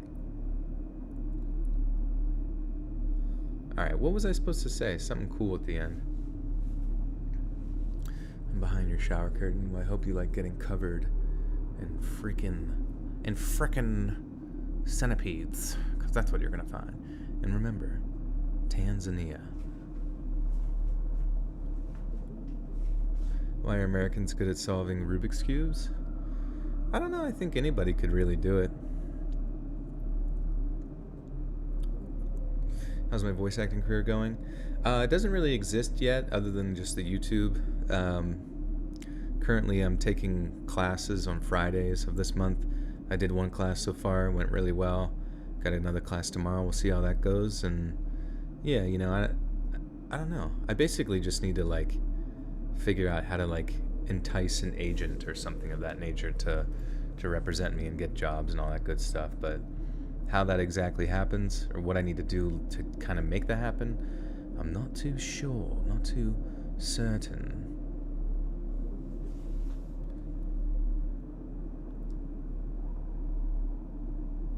Remember, if it doesn't smell, it's Chewbacca. There you go, we'll say that.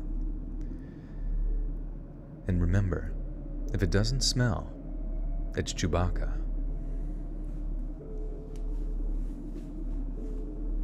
I think that's a good one.